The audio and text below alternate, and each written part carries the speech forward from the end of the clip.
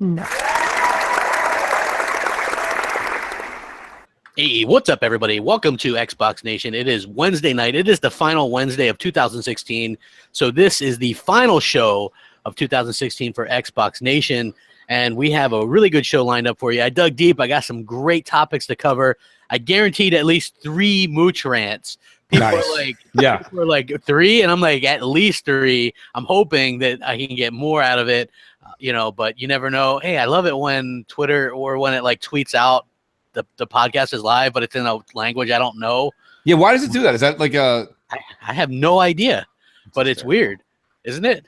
Yes. Like, if you look at my tweet that just tweeted out, it's saying I'm live right now. It's in a language that I don't recognize. So that's interesting. And so but anyway. Could that just be automatic so that you can cover more bases of the cultural that's on the social media site? I find it wigs out every once in a while and just does weird I things. just think it wigs out a little bit here and there. But you guys did a great show last night. But first, I want to introduce some people. I got Mooch for all the Mooch maniacs because I know you guys flip out if he's not here. Mooch.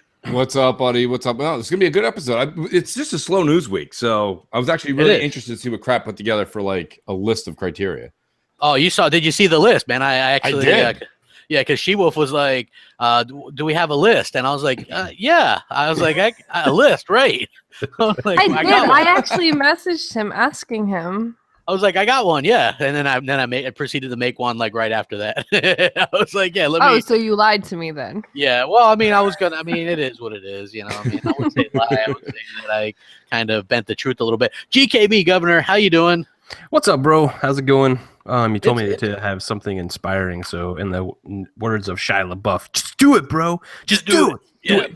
And you guys did a hell of a award show. I was happy to be nominated. I was happy that Doc won. I was happy that Foxy won and Jay Williams. And, it was really well put together. There was only a couple little issues, and one of them was Ratchet and Clank wasn't a fighting game. I'm just saying.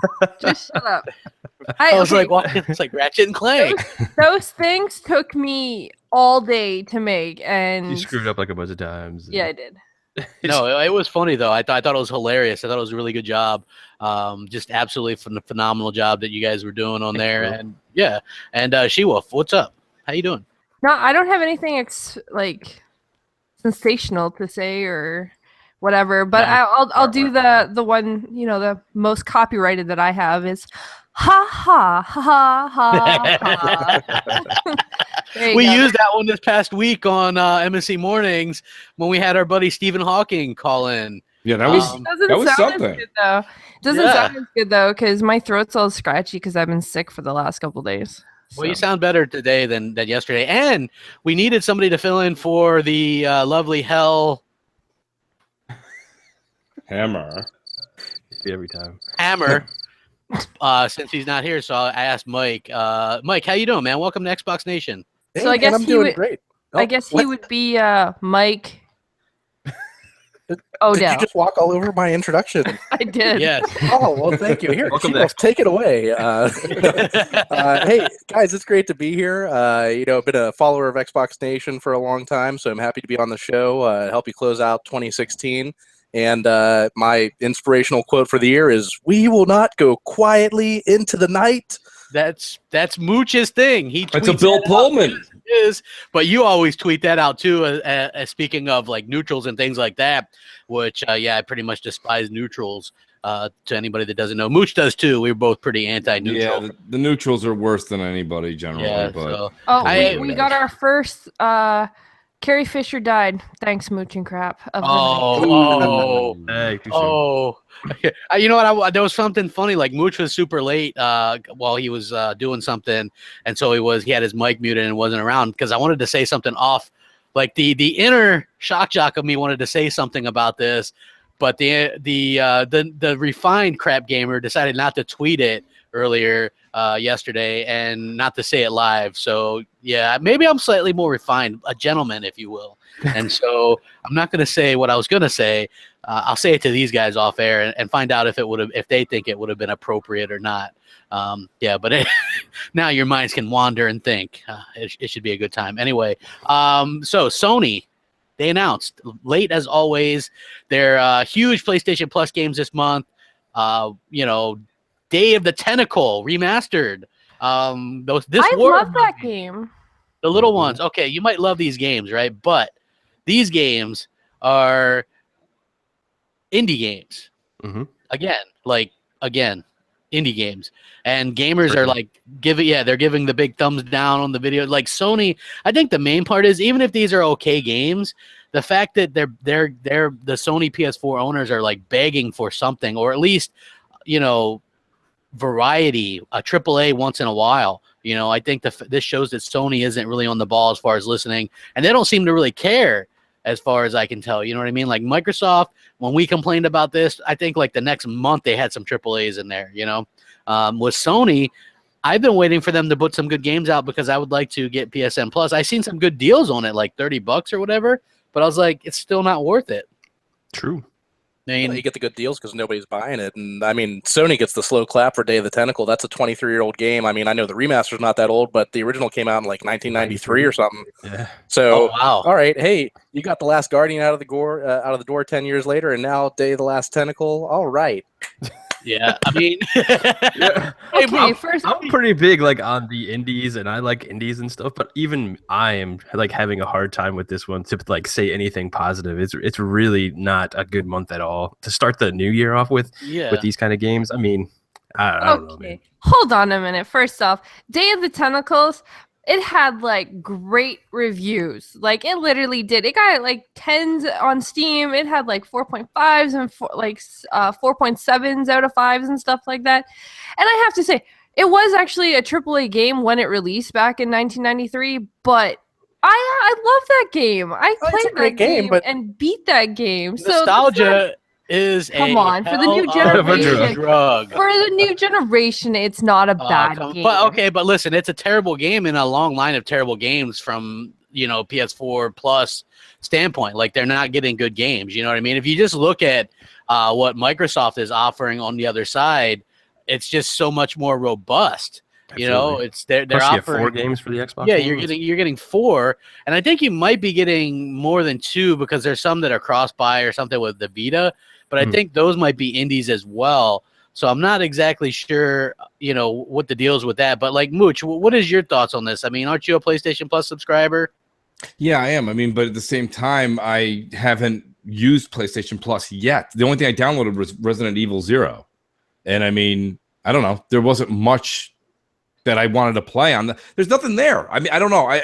People give Xbox Live a lot of shit and Gold a lot of shit, but realistically, I mean, at least the Sony guy, I think the Sony guys are recently, haven't they been spitting out a little bit of I hate this or I hate that about this? Okay, well, if you go to the actual YouTube for PlayStation, there's a lot of thumbs down, like thousands and thousands of thumbs down. Right. But if you go to like N4G, like the first comments are like, wait, great, I've been really looking forward to playing this. Or, you know what I mean? Like Sony's done it again. I mean, like seriously, I don't know. At this point, I'm not even sure. And then you look at Microsoft and it's like, they've got Killer Instinct season, the $40 version of that, and then whatever the hell, the cave and Rayman Origins, and those are like that's pretty cool because Rayman is a AAA for 360, and the Cave was one of those games an arcade game from back in the day that I actually did want to play. But I didn't get around to it or whatever. And the Xbox One came out. And then last month, obviously, with like games like Outlast and Sleeping Dogs Definitive Edition. And, they've given out really good games. And I've mentioned this lately that I thought Microsoft had the much better year this year, just in terms of pretty much everything. And one of the things that I point out is that we get 4 games every single month that we can play on our Xbox One. And, and Sony really gives out piss poor in comparison, and I don't see how people can be happy with that. But you don't see a lot of people complain, except for like on the YouTube thing or whatever, maybe in the official Sony forums or something like that. But at the end of the day, I don't see the amount of complaining or the movement. Remember like that whole better PSN movement and stuff like that, or how people wanted to be able to change their names or whatever. Like maybe I don't want to be Crapgamer on PSN. I mean, why wouldn't I be? Because Crapgamer is awesome. But if I ever wanted to change it, I'm like almost a level 11 with trophies. I'd have to start all over again, and that's bullshit. Yeah, that is bullshit. I mean, how can you not change your name by now? Like, what the hell's going on with that? Yeah, 2017 almost, and I was informed that it was Polish. It tweeted it out in Polish. Yeah, so that's interesting, huh? But I thought they had made the allegation that they were actually going to allow this to come in 2000, or at least it was supposed to be early 2016, but then was apparently delayed for the release of the Pro and all that, but yet we still didn't see it. So is there any rumor that it's actually going to release in 2017, or have they just pretty much dropped all of those rumors completely? For being able to change your name? Yeah.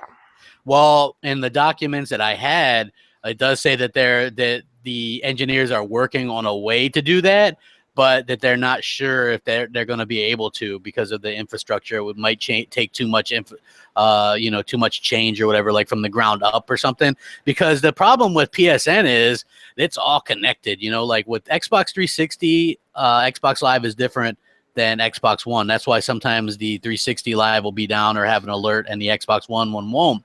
They added a ton of servers and things like that, and that's what I wanted. One of the main things at the launch of the Xbox One, or the introduction of it, like when everybody was all pissed off about DRM and they're pissed off about all this stuff, I was looking at how great that controller looked. I was looking at I could share my games with up to 10 people.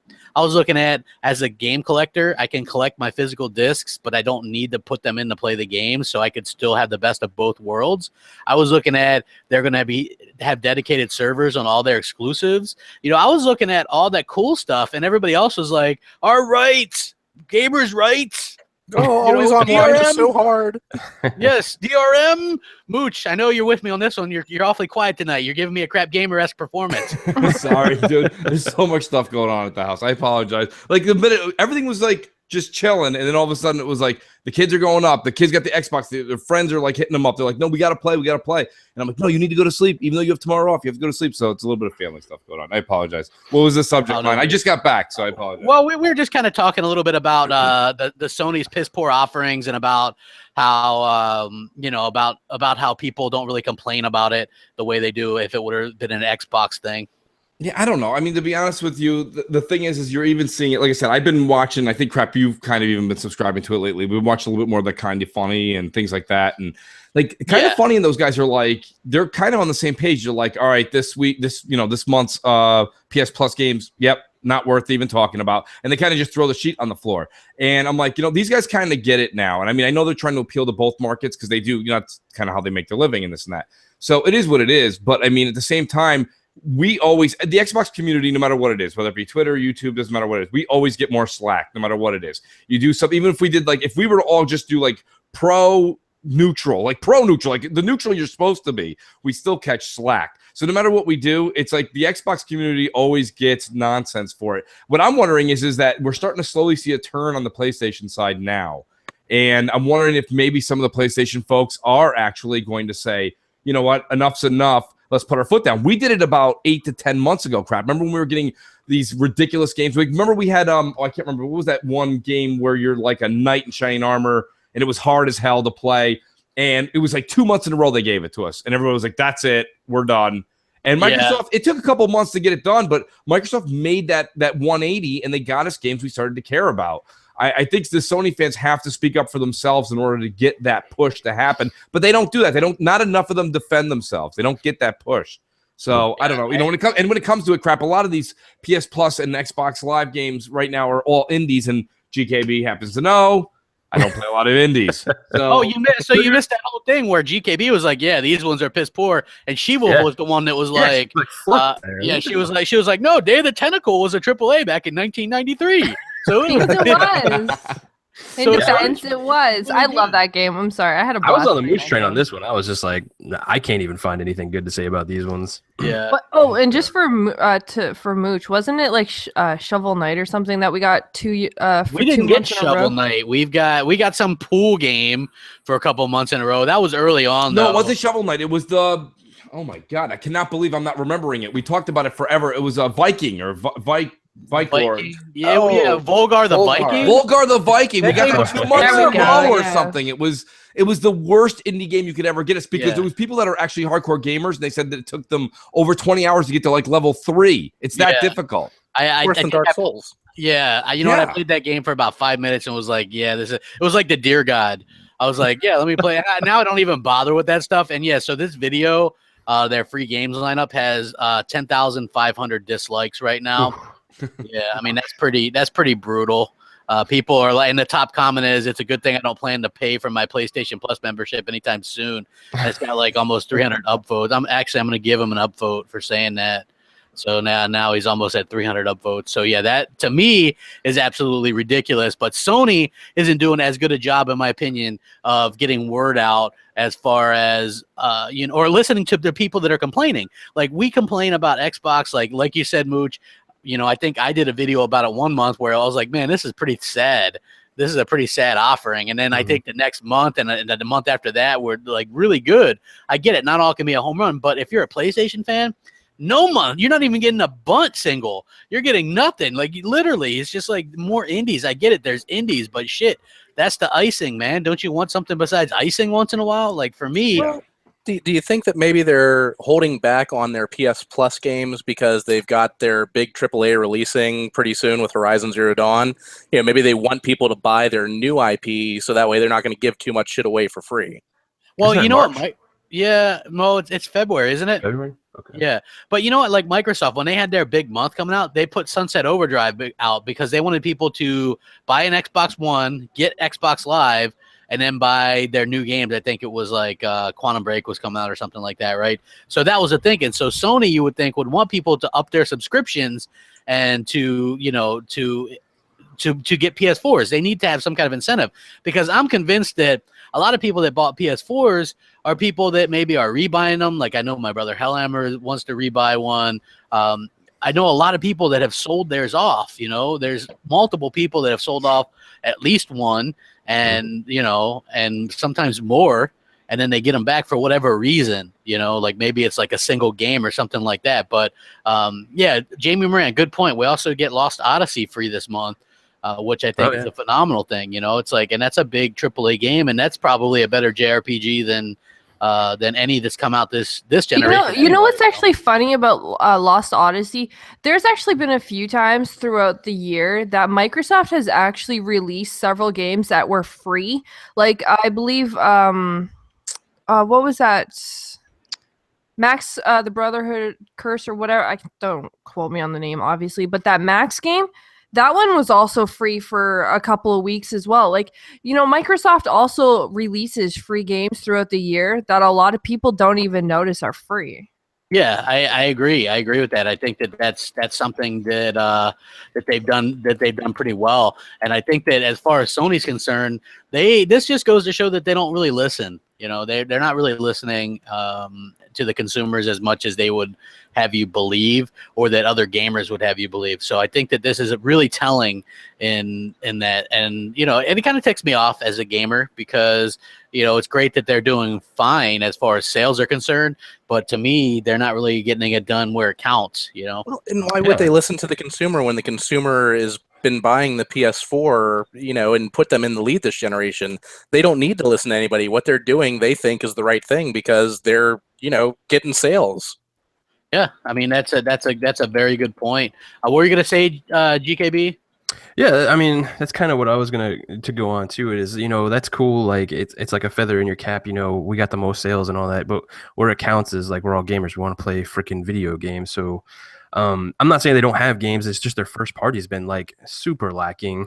I even saw like something like from Yoshida saying like next year is going to be whatever with software. Well, that still remains to be seen.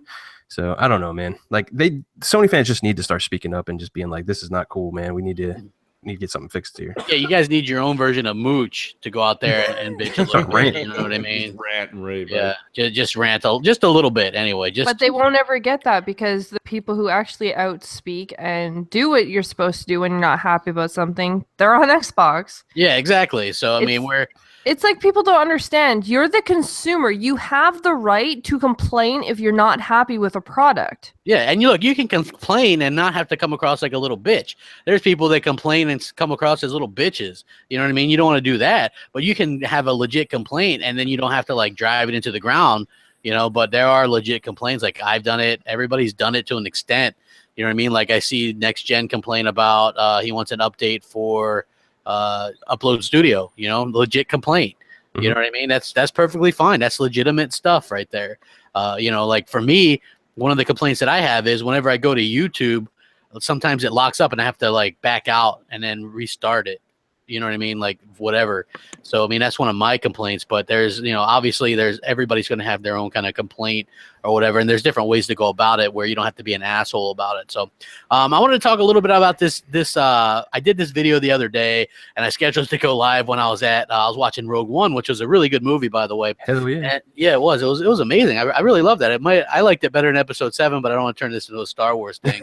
But, so somebody had tweeted me, and like they always do, a couple people, and they're like, "Did you hear Podcast Unlocked, which is the Xbox podcast on IGN?" Mm-hmm. They're like, that Marty guy said that he said that Scalebound's canceled and it won't come out. And that's bullshit. And then somebody else tweeted me, and they're like, yeah, well, they kind of said the same thing on this GameSpot podcast, that they thought that it was canceled and wasn't going to happen because Microsoft doesn't talk about it and all this kind of stuff. So I did a video about it, and people were like really responded to it, like kind of flipping out. And I was like, it kind of got a little bit confusing because people were like trying to say that I was saying it was canceled, and I was like, whoa, no. I never said it was canceled. I said it was irresponsible journalism from these paid journalists. I'm not a journalist. I'm saying these people have a direct line to Microsoft, and they chose not to take it. You know what I mean? They're just like hearsay out of their ass. And for paid journalists to kind of do that is wrong. Like I can sit there and do that all day. I'm not a paid journalist. I can speculate. I can say, well, you know what? I think that this game probably will never see the light of day. You know what I mean? I mean, how many years did The Last Guardian sit in the toilet and nobody said, oh, it's canceled? But, you know what I mean? It's not even just that. The thing about Scalebound, the developer of Scalebound, I'm pretty sure if his game was canceled, you would see him all over Twitter, just like how he was affected when he didn't have his game shown at E3. He literally had this huge complaint about the fact that Microsoft was not supporting him properly, and he ended up getting a whole month just to explain his game each day with something new. And Delilah HD actually did a great video recently. I believe she released it yesterday, actually, talking about Scalebound, and she actually shows some footage that we haven't seen before and stuff like that in this. And I don't think this game is canceled, and I think people really need to stop jumping to that conclusion just because we're not hearing every little if, and buts about it. Because just because a game isn't being talked about, it doesn't mean it's not going to release. If it's going to release at the end of this year, not this year, obviously this year is almost done, but 2017, we're probably not going to actually see anything major until E3, because Phil Spencer has kind of learned, don't talk about something until it's ready. And I think he's finally getting that concept, and they're sticking to that concept. You got the job, She-Wolf. You're good. You make really good points. I know She-Wolf is like all in there today. Yeah, she was on that one. It's crazy. But yeah, and you're right though. But because here's the thing, right? Like everybody, when they were showing stuff like Scalebound early, Crackdown early, these CGI trailers, we're all like, CGI trailers, they showed too much of that. So now they switched it up, and now they're showing like actual gameplay and stuff. But then Sony goes out and shows this like CGI stuff, and now everybody's like, we want CGI stuff too. We want to know what's in the hopper for 2020. You know what I mean? And for me, that's a little bit like ridiculous. But for these people to not, look, I could probably message Phil and be like, hey, is Scalebound still a thing? And he would probably say, yeah. Like, you don't have to sit there and go, well, tell me what the character progression is, or what this is, or give me the plot of the game. Just, hey, is the game still coming or not? Like, these people have that way to actually go and do this and ask him and talk to him, and they chose not to. And I had to go out there, and so I did a video, and again, like, there was a pretty good response to that. And I just think that it's these are professional journalists, and it just goes to show you how far you make it cringe every time you say that, bro. I think journalist is a very loose term when it comes to these people. I agree, but they are supposed to be like gaming journalists anyway. I mean, a lot of them. I mean, look, man, like, they're on a podcast. I get that. That's fine. He can have his own opinion and all that stuff. But like every time you say like professional journalist, I was just like cringing. I was like, yeah, let's be honest. These guys wait for a fucking email to come in and then write about the said email. They don't do any kind of, I mean, we said it on like podcasts before. They don't do any kind of research. They don't vent any kind of rumors. It's all clickbait bullshit, and anything they say you have to take with a grain of salt these days, because it's all just bullshit clickbait garbage that nobody really fucking cares about. Like, honestly, like, that's why everybody comes to Xbox Nation and Console Corner and Crossfire and all them shows to get legitimate news for Xbox community. Yeah, I mean I agree with you, Mooch. What do you think? Are you around, bro? Yeah, I'm here, buddy. No, I'm sorry. I'm like literally, even though my son just came in, he goes, "You guys live or what?" No, what? It's just crazy. It is. No, I'll be honest with you, GKB kind of nailed it. I was going to chime in, and then he just kind of put the nail on the head. I mean, these guys just sit around at IGN. They wait for someone to hand them something. Like I said, we talked about it last week when we talked about fishing. Like, I know a lot of people that are reporters, and they work in the news industry, just local news, nothing big. And they're like, we fish stories. They have to go around and look for something. They look deeper, deeper, deeper. What happens here is then you have the situation like at IGN where you're seeing a lot of people depart, right? You have Mitchie D left, and you have Greg Miller left, and then you have Colin left. And when they left, it wasn't like they were like, like, let's put it this way. When Dan Rather left the CBS News, they went and got the woman that was the co-anchor of the Today Show. I think, who she co-hosted with Matt Lauer, Katie Couric. They went and got another professional to take Dan Rather's spot. Okay, here, my point being is like these guys prove themselves to a certain extent. Greg Miller was like, I've been playing since I was 8 years old. I've been playing games since I was 12 years old. These guys have been going like hardcore at it, blah blah blah, this and that, the other thing. But like all of a sudden they leave, and who's up next? The guy's like literally like, I was actually shooting the camera over here last week, but they asked me if I wanted to do Tim Geddes guy. Yeah, Tim Geddes was the guy. Now, Tim Geddes happened to be friends with Greg, so he went with them. But, like, that's it. I mean, it's not like they're not getting another skilled journalist. And, the thing is, maybe that's just the problem with it, is it's a billion-dollar industry, and once Adam Sessler left, it's been kind of like we don't really have anybody professional. Maybe the next person that's the most professional is that guy that they interviewed on TXR, Victor Lucas. I think his name was. Yeah. And he may be the next. They call him the Canadian Adam Sessler. Nice. So but yeah, no, it's like you said, instead of fishing for stories, they're skimming the scum off the top of the pond. Right. So I mean, it is what it is, and that's what we've kind of had to deal with. And I think that's just the way it's going to be. Yeah, I mean, it is disappointing though that they don't, these people do have kind of an in with Microsoft though, and the fact that they're not kind of taking advantage of that the way that they should. Like these guys, like even I could message Phil and be like, "Hey Phil, what is this? What's up with that?" You know what I mean? Like I know for a fact that at least, what's his name, McCaffrey could say something, and he really kind of chose not to as well. Like, and they did IGN first. This past year was on Scalebound, right. So I think that it's kind of weird that like Ryan didn't do anything to refute it or anything like that. It was just like, just it is what it is. Like, yeah, it's he thinks it's canceled or whatever. Like, I don't know. It's kind of baffling or whatever. But I don't know, man. I just wanted. Like with Fable Legends and all that kind of stuff, like Xbox came out and said, hey, this is what's going on, this is what's happening, we're closing it, blah, blah, blah, blah. If they were going to cancel the game and they already knew they were going to cancel it, Phil, and they would have had a press release and all this kind of stuff, we wouldn't be hearing it on some fucking podcast unlocked or whatever the hell it's called from, whoever. Like, it would come from them directly. Hey, we got over 400 viewers. Nice. We got 400 watching, but how many likes do I have? I mean, honestly, 142. Shouldn't I have at least 200 at this point, guys? I'm just saying, it's like, where's my Christmas gift from you guys? It's a thumb up. Hit that like button. Yeah, hit the like button. Come on. Christmas is over. Well, you know what? Maybe I'm Jewish and I'm still celebrating Hanukkah. Okay, so give me my Hanukkah present and hit the like button. See, Jamie Moran put gaming journalism, and then he did a GIF of Adam Sandler. That's even great. That's awesome. Very cool. Nice, Jamie. So okay, maybe you guys heard a little bit about this. Resident Evil 7 is going to be 1080p 60 frames per second and have HDR on Xbox One and PS4. Quite good. Here we are. We're going to be into the third year of the life cycle, and it seems like developers are really getting a handle on Xbox One. It's gonna have parity. But the PlayStation fanboys were kind of flipping out over this, saying that it shouldn't be parity, or they must have dumbed it down or something. Oh my god. Yeah, I mean, this is the kind of stuff that that's been going on since these consoles came out. Is that they flip out over this stuff? Well, that's just dumb. I mean, Capcom has a great working relationship with Microsoft. Look at all the Dead Rising games. They obviously know something about the architecture of the system, so they're gonna get something right. And it's about time that we saw some games actually getting some time in development that's going to take advantage of the specs that we have in our systems. Exactly. Exactly. We see this with every generation. Like the first games that come out always don't take advantage of the hardware because the SDKs and all that stuff. They don't know everything yet. But as the years progress, like towards the end of the 360, look at Halo 4. Like that thing looked fantastic, and that's what we're starting to see now. People are learning the hardware. They're knowing how to get things out of it, and we're going to continue to see that. So why is this like a big deal? Why are people flipping out? Like.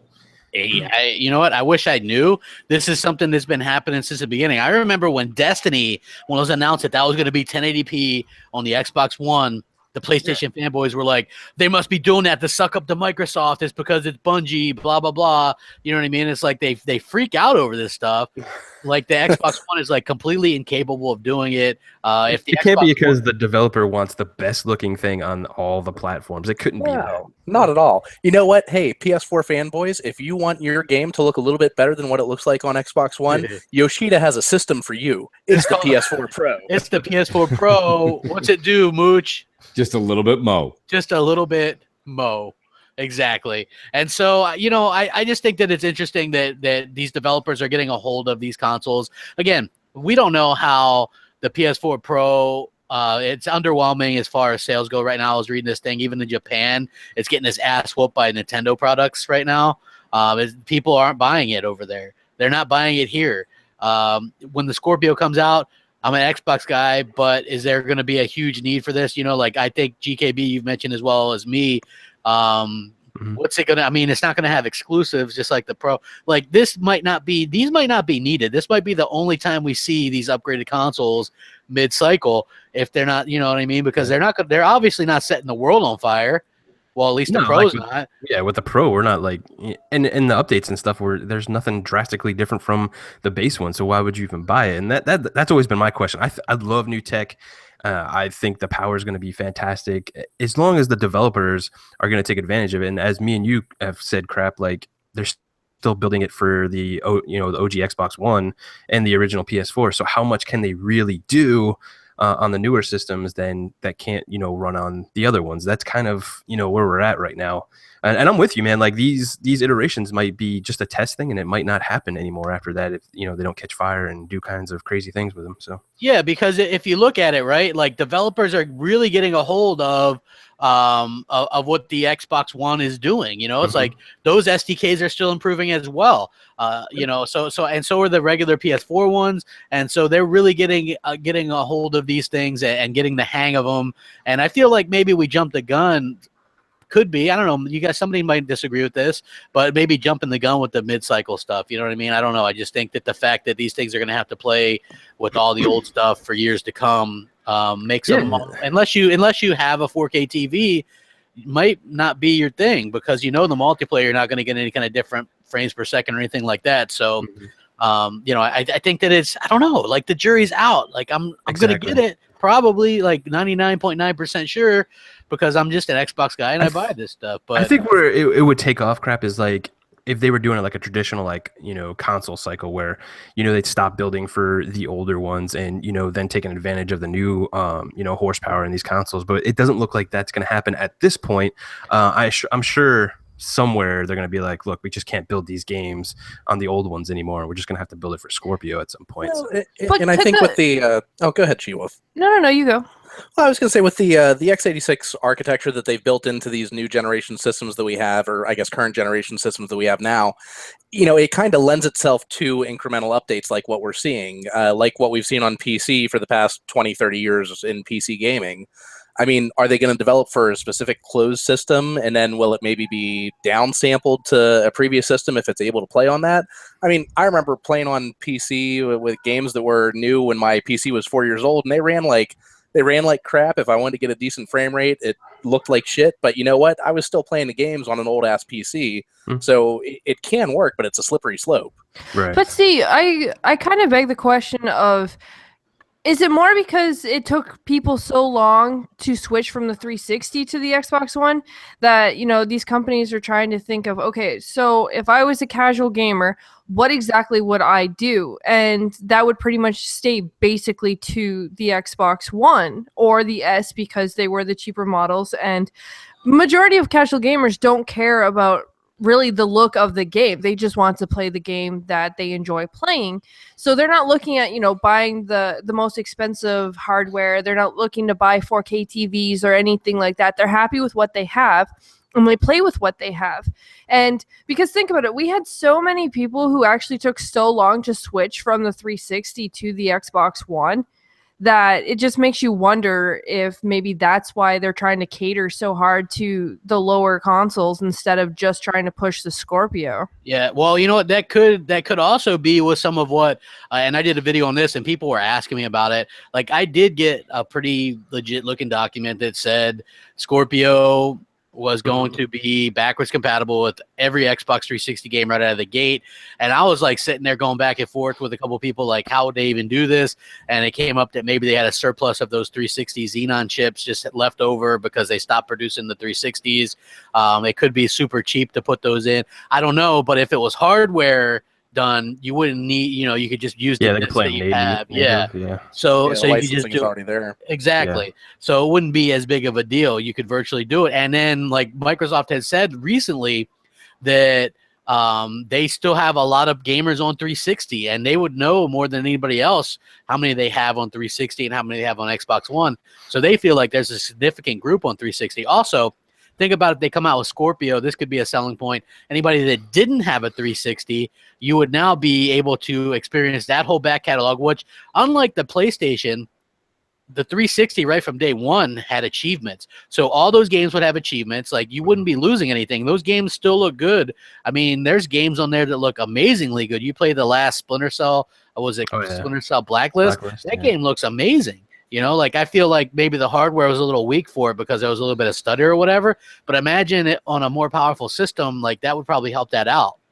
Well, because you have to think of like the economy and stuff nowadays.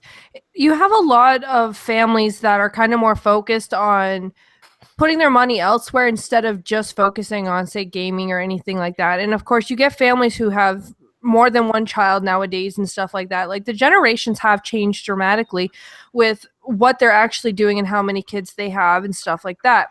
So when they're trying to look at consoles, they're trying to think of obviously what's in the best interest of them without having to pay too much money for something as well, because they're still focusing on everyday living.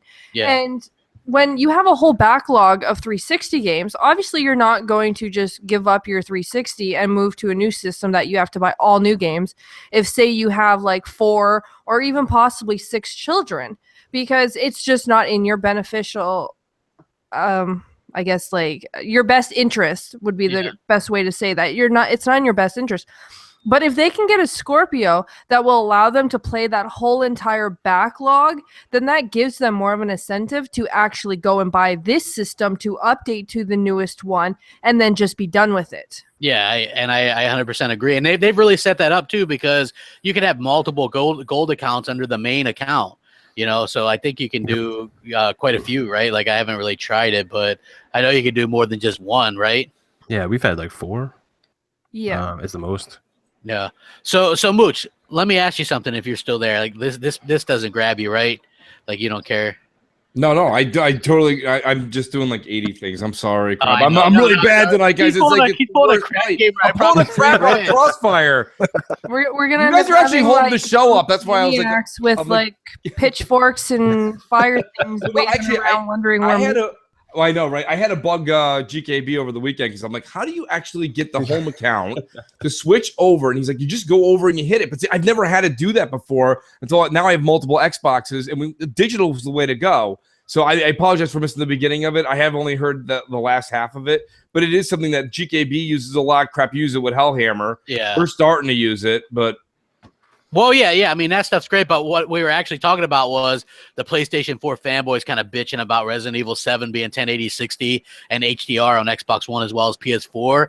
They feel like the PS4 should have some kind of advantage over it or whatever. And my point was the parity thing again. Yeah. It's like, my point was that developers, like, we're 3 years in, just like with the 360, you really start to get a grasp for the hardware and stuff. You know what I mean? Right. Well, PS4's got that little speaker on the controller, so there's their advantage, I guess. True. Yeah, little shitty. I turned the speaker off on that thing because it's super loud. So annoying. First time I played Infamous with that shit, and it starts like ringing the fucking speaker. I was like, "What the hell's this?" You know, so I don't know. Like I don't know. I just feel like they just find a reason they complain or whatever. But enjoy that complaint while you can, because I mean, you know, like next year around this time when Scorpio's out, you know, you're gonna have the lesser version all the time most likely, and you know. What goes around comes around, in my opinion. But Mooch, you got to have opinion on this. The Sniper Ghost Warrior 3 developer who kept calling the Xbox One the X-Bone and said no HDR for you. Well, now he's apologized and said yes, they're going to include HDR on their version of Sniper Ghost Warrior 3. What says you to that?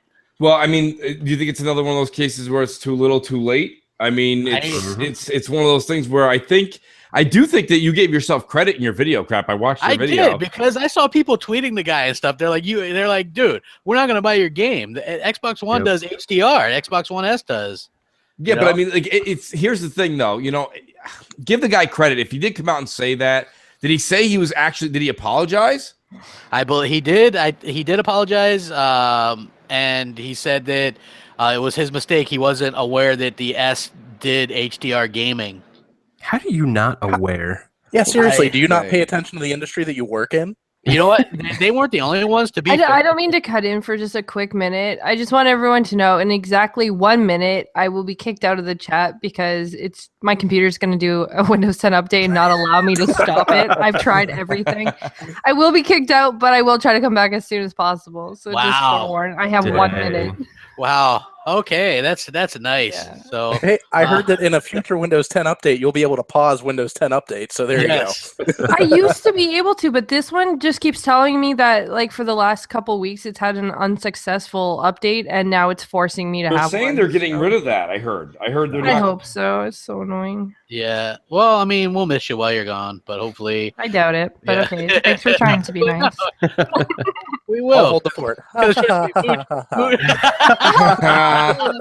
think he officially got the closest to mocking my laugh. Mocking? It's endearment as far as I'm concerned. So it is. So yeah. Replicating. There we go. There's a better word. Replicating my laugh.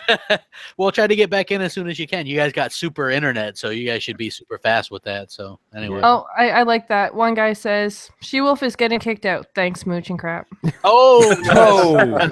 Nice. In fact, somebody was biting off the thanks Mooch and Crap today of our future president. The thing trending on Twitter was like, thanks Donald. And so I was kind of laughing at that. Like, you know, man, he stole it from us, son of a bitch. Yeah.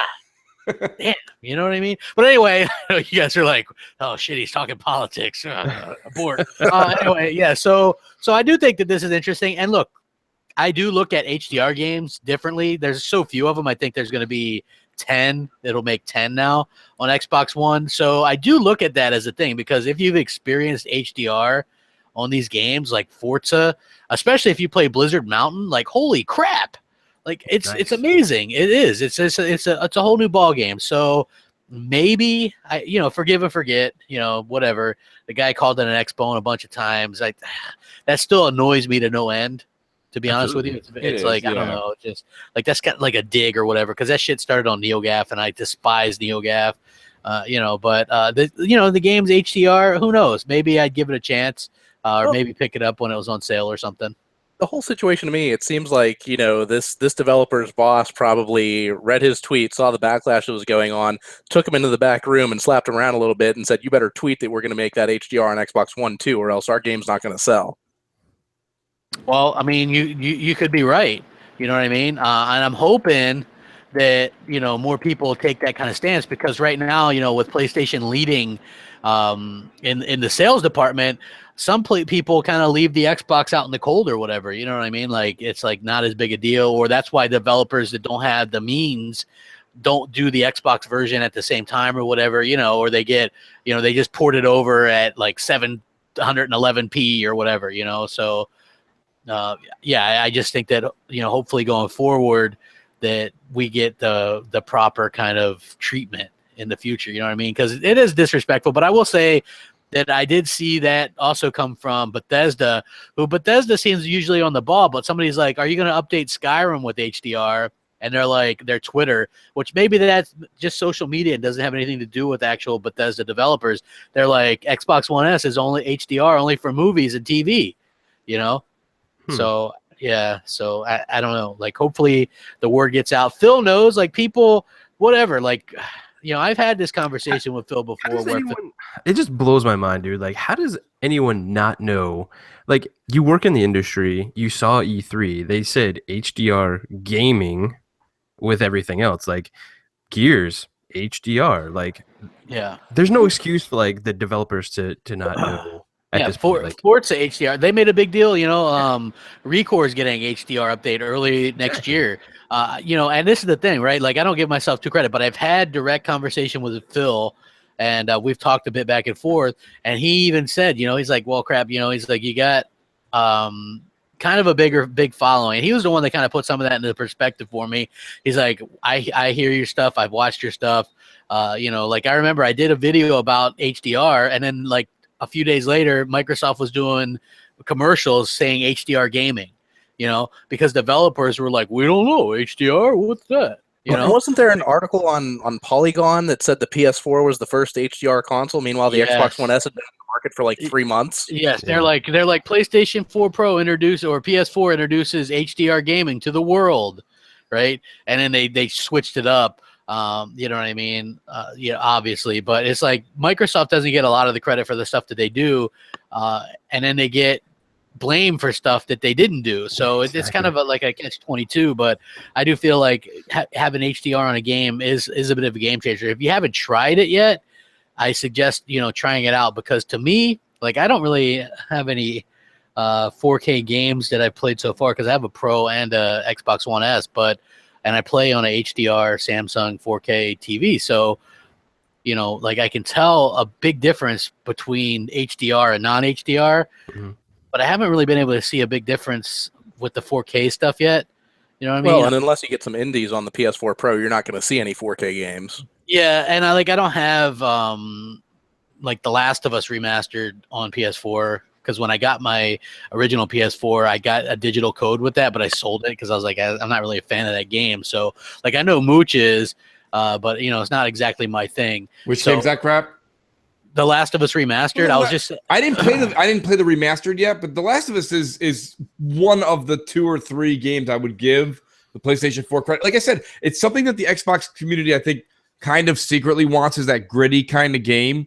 But we don't really have it. I think the grittiest game, which is why you have people loving Rise, I think, so much. I think Rise was the grittiest game we've had, right, on Xbox One. Would you? I mean, I don't know. Can you think of one that comes to mind? Maybe Quantum Break. Pretty gritty. Yeah, Tomb Raider. Yeah, but again, it's multi-plat. You know, so it became a multi-plat, if you will. So this is kind of sad news. Carrie Fisher's mom just died. Are you serious? Debbie Reynolds. Yeah, she just died. What? Oh my God. Yeah, that's horrible. Like, that is absolutely, like, her kid just died, or her daughter. I mean, I know it's not like a little kid, but still, you know, and just You know, it's sad, but the same thing happened with my my wife's grandparents. Her grandfather passed away, and then within a couple of weeks, her grandmother passed away. So she died of a broken heart. Yeah, that's what this reporter thing says anyway. But not to bring you guys down, but yeah, I just wanted to kind of get that out there, because that is, you know, I'm a very much a nerd, a connoisseur of like TV and movies and stuff like that. So it's very kind of depressing to see that, and especially with like the Carrie Fisher stuff, because I'm a big Star Wars fan. You know what I mean? And there's Jay. Rough year. It is. It's been rough. You know, it's been rough. You know, I grew up watching like Growing Pains, and then the dad from that show died. You know, it's like, I don't know. It is a little bit rough, especially, you know, as I get a little bit older as well. So it's like, you know, you start to think, man, like, that blew by. You know what I mean? Like, honestly, like, Star Wars turns 40 years old. That's crazy. Yeah, I mean, that is insane. Jamie Moran tweeted out the Polygon thing. He saved it. PS4 Pro will introduce HDR gaming. Here's what it looks like. So, yeah, that was their original thing. And, yeah, you know, come on, Sony. But, hey, Sony does stuff like this all the time. Case in point, right? Sony Japan Studio, they opened up a YouTube channel, and you know what they show on this YouTube channel, right? Yeah. They show Zelda Breath of the Wild and Sea of Thieves. Well, they wanted to show some real gameplay instead of CGI trailers. Yes, exactly. So this is like, to me, I'm sitting there thinking, what in the world are they doing? You know what I mean? So why are they showing Microsoft and Nintendo stuff on this Sony channel, this PlayStation channel, and it's just kind of like boggling my mind. Like, and then what I think is maybe it's a mistake, maybe it's just whatever. Nobody's really talking about this. And then I think, what if Microsoft had accidentally done something like this? I wonder, ponder on that. What if Microsoft had accidentally shown some hell, remember when they got sent PC footage of The Witcher 2? They got sent that by CD Projekt Red and to put on their YouTube. And then they got in all kinds of trouble for that. People were like, so Microsoft is anti-consumer. They're lying. It's misrepresentation, blah, blah, blah. But nobody's saying anything about this. Just straight crickets, nothing. Nobody gives a damn. Nobody's saying anything about it.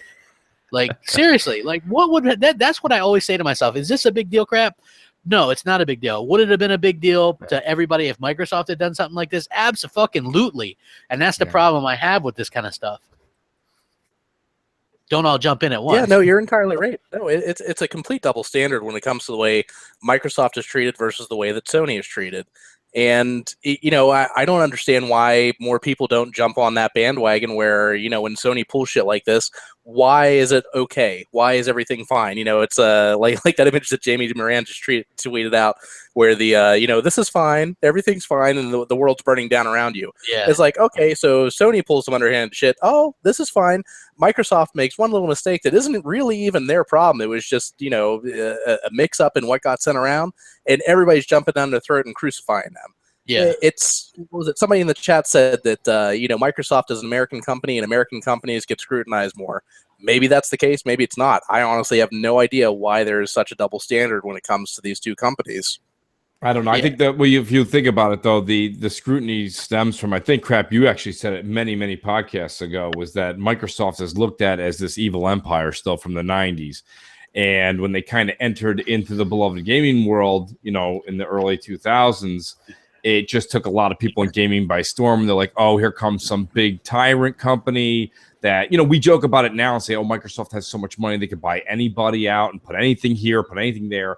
And that's all fine and dandy, but like that still resonates with people. And that's where I think that double standard comes in. So it's that part that is just an American company, but I think it's also that they are who they are, Mike, and the fact that they're that strong, they're that wealthy, that pisses people off. Yeah, I mean, yeah, go ahead. I mean, Sony was that big-ass company back in the 80s. Every Walkman that you saw going around, every boombox that you saw, every VCR that was sold, those were all Sony products. If you wanted a good high-end TV, you got a Sony TV back in the 80s. Mm-hmm. So, I'm sorry that Sony dropped the ball and Microsoft stepped in and took their place as being a bigger company. Right. But, why is that the fault of Phil Spencer or Xbox?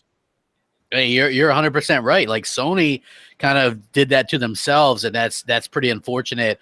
Like I was reading this article that says Microsoft is on their way to be the first $1 trillion company, and that's because they're not just stuck on one thing per se. You know what I mean? It's like you have to future predict and get yourself ready for the future as well. It's always an evolving type thing. You know what I mean? Like gaming consoles won't always be around the way we traditionally see them right now. So Microsoft knows that. It's like they're banking on like stuff like the cloud and things like that. Sony, not so much. Like Microsoft, obviously they're always adapting and putting, and doing the future thing, where Sony doesn't seem to do that. They're like, all their stock is in what they're about to put the movie business in with the PlayStation business. You know what I mean? It's like, that seems dangerous, doesn't it? Yeah, it seems very I wouldn't be. It's a very interesting move. Sony is slowly losing more and more of their foothold on just, products as a whole. So maybe people see them as an underdog and everybody loves to root for an underdog, whereas Microsoft is the big boy in the room. Microsoft, and they're the underdog like 24/7, man. It's ridiculous. 460 people watching right now. Hit that like button. Hey, yeah, hit the like button, guys. Come on, let's watch it. And before She-Wolf gets back in, if she does, I want to talk about a little bit of hardware stuff. There's this argument. Maybe you guys have seen this on Twitter. I know you might have seen it, Mooch, where people are like, Xbox Scorpio is too powerful. That's overkill. Who needs that? I can't believe that. That's ridiculous. Have you seen this stuff, though? I am actually seeing conversations where people are like, well, even according to developers, Checkerboarding is just as good. So I think it's just overkill on Microsoft's part. They don't. It's not really needed. Nobody has a 4K TV right now anyway. So my question for them is, why wasn't Checkerboarding okay when Quantum Break did it? Oh, I mean, that's a perfectly legitimate Good question, Mike. But guess what? The You're still narrative gonna answer changes. for. Yeah, you're not going to get an answer to that because No. Quantum Break, Now quote that Sony's unquote, doing it, it's sucks. cool. You know, So, it's the in thing to do.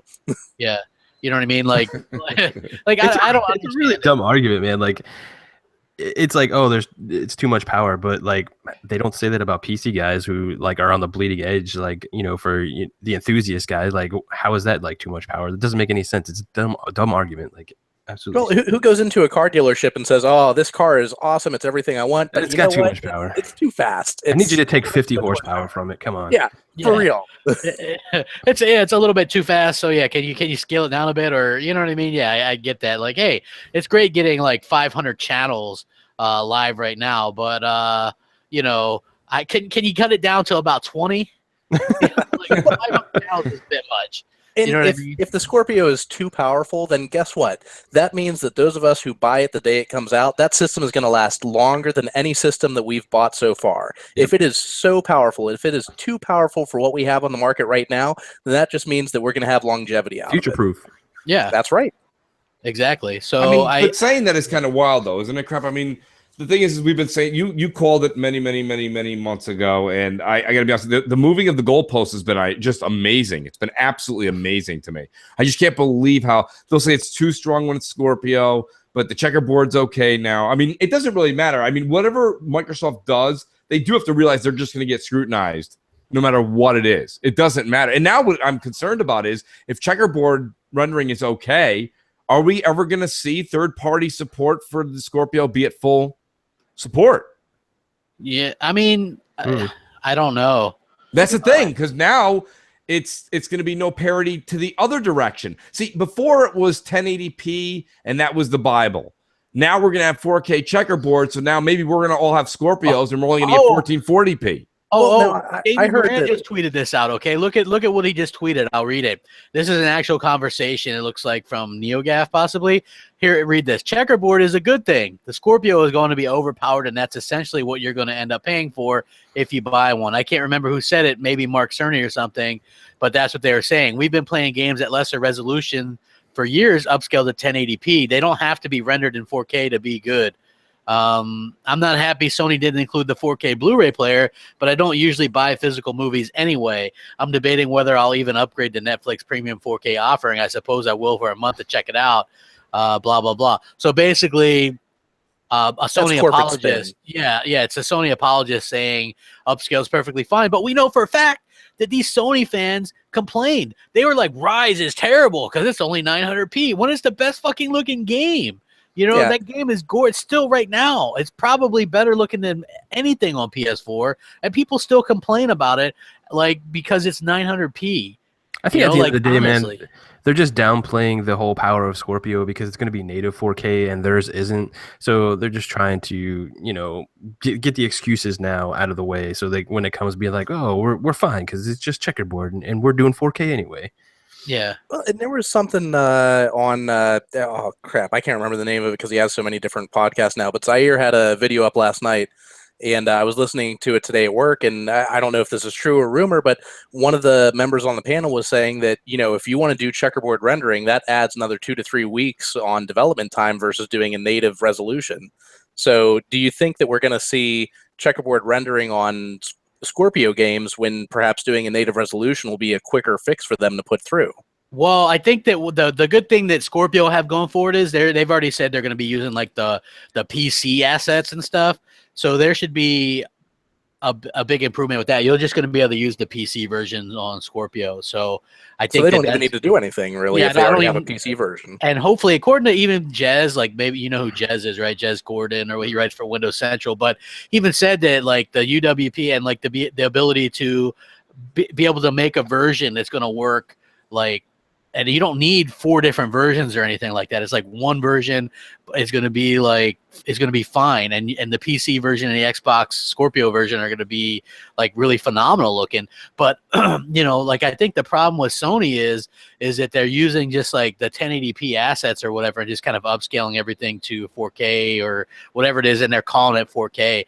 But, if there was such a huge difference in an outcry between a 900p version of a game on Xbox One and a 1080p version of a game on PS4, what happened to that outcry when there's going to be versions of a game 1400p, 1800p on PS4 Pro, and full 4K native on Xbox Scorpio? That's a much bigger difference.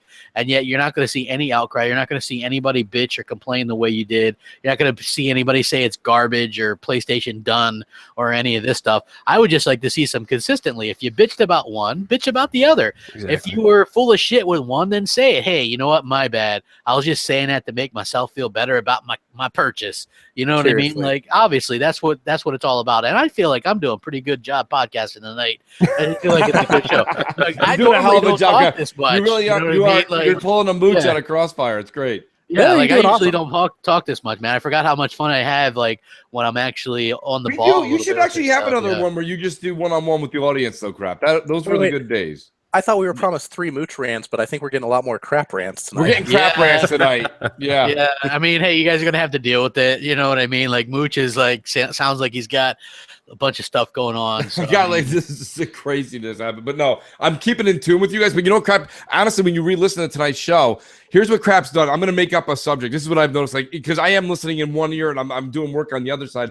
And what's funny is this is what Crap's doing. He's like, so today, Microsoft, and he'll say the event. He'll be like, Microsoft actually is moving an office to New York, and blah, blah, blah. And he'll go on. Now, I didn't hear that part. And he'll be like, you know what I mean, Mike and She-Wolf? Like, Microsoft needed to do this. And so, like, the reason that they actually did it was necessary. And I missed the beginning. And he's like, so, Mooch, do you know why it's necessary?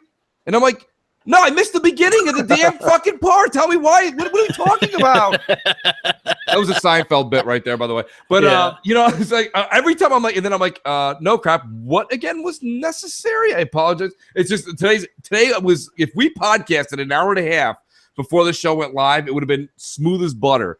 But no, yeah, Crap. Listen, there's nothing wrong with this show being all you. I got to be honest with you. It's actually been enjoying. I get to sit back and enjoy a Crap podcast. This is a hell of a show you're putting on. Yeah.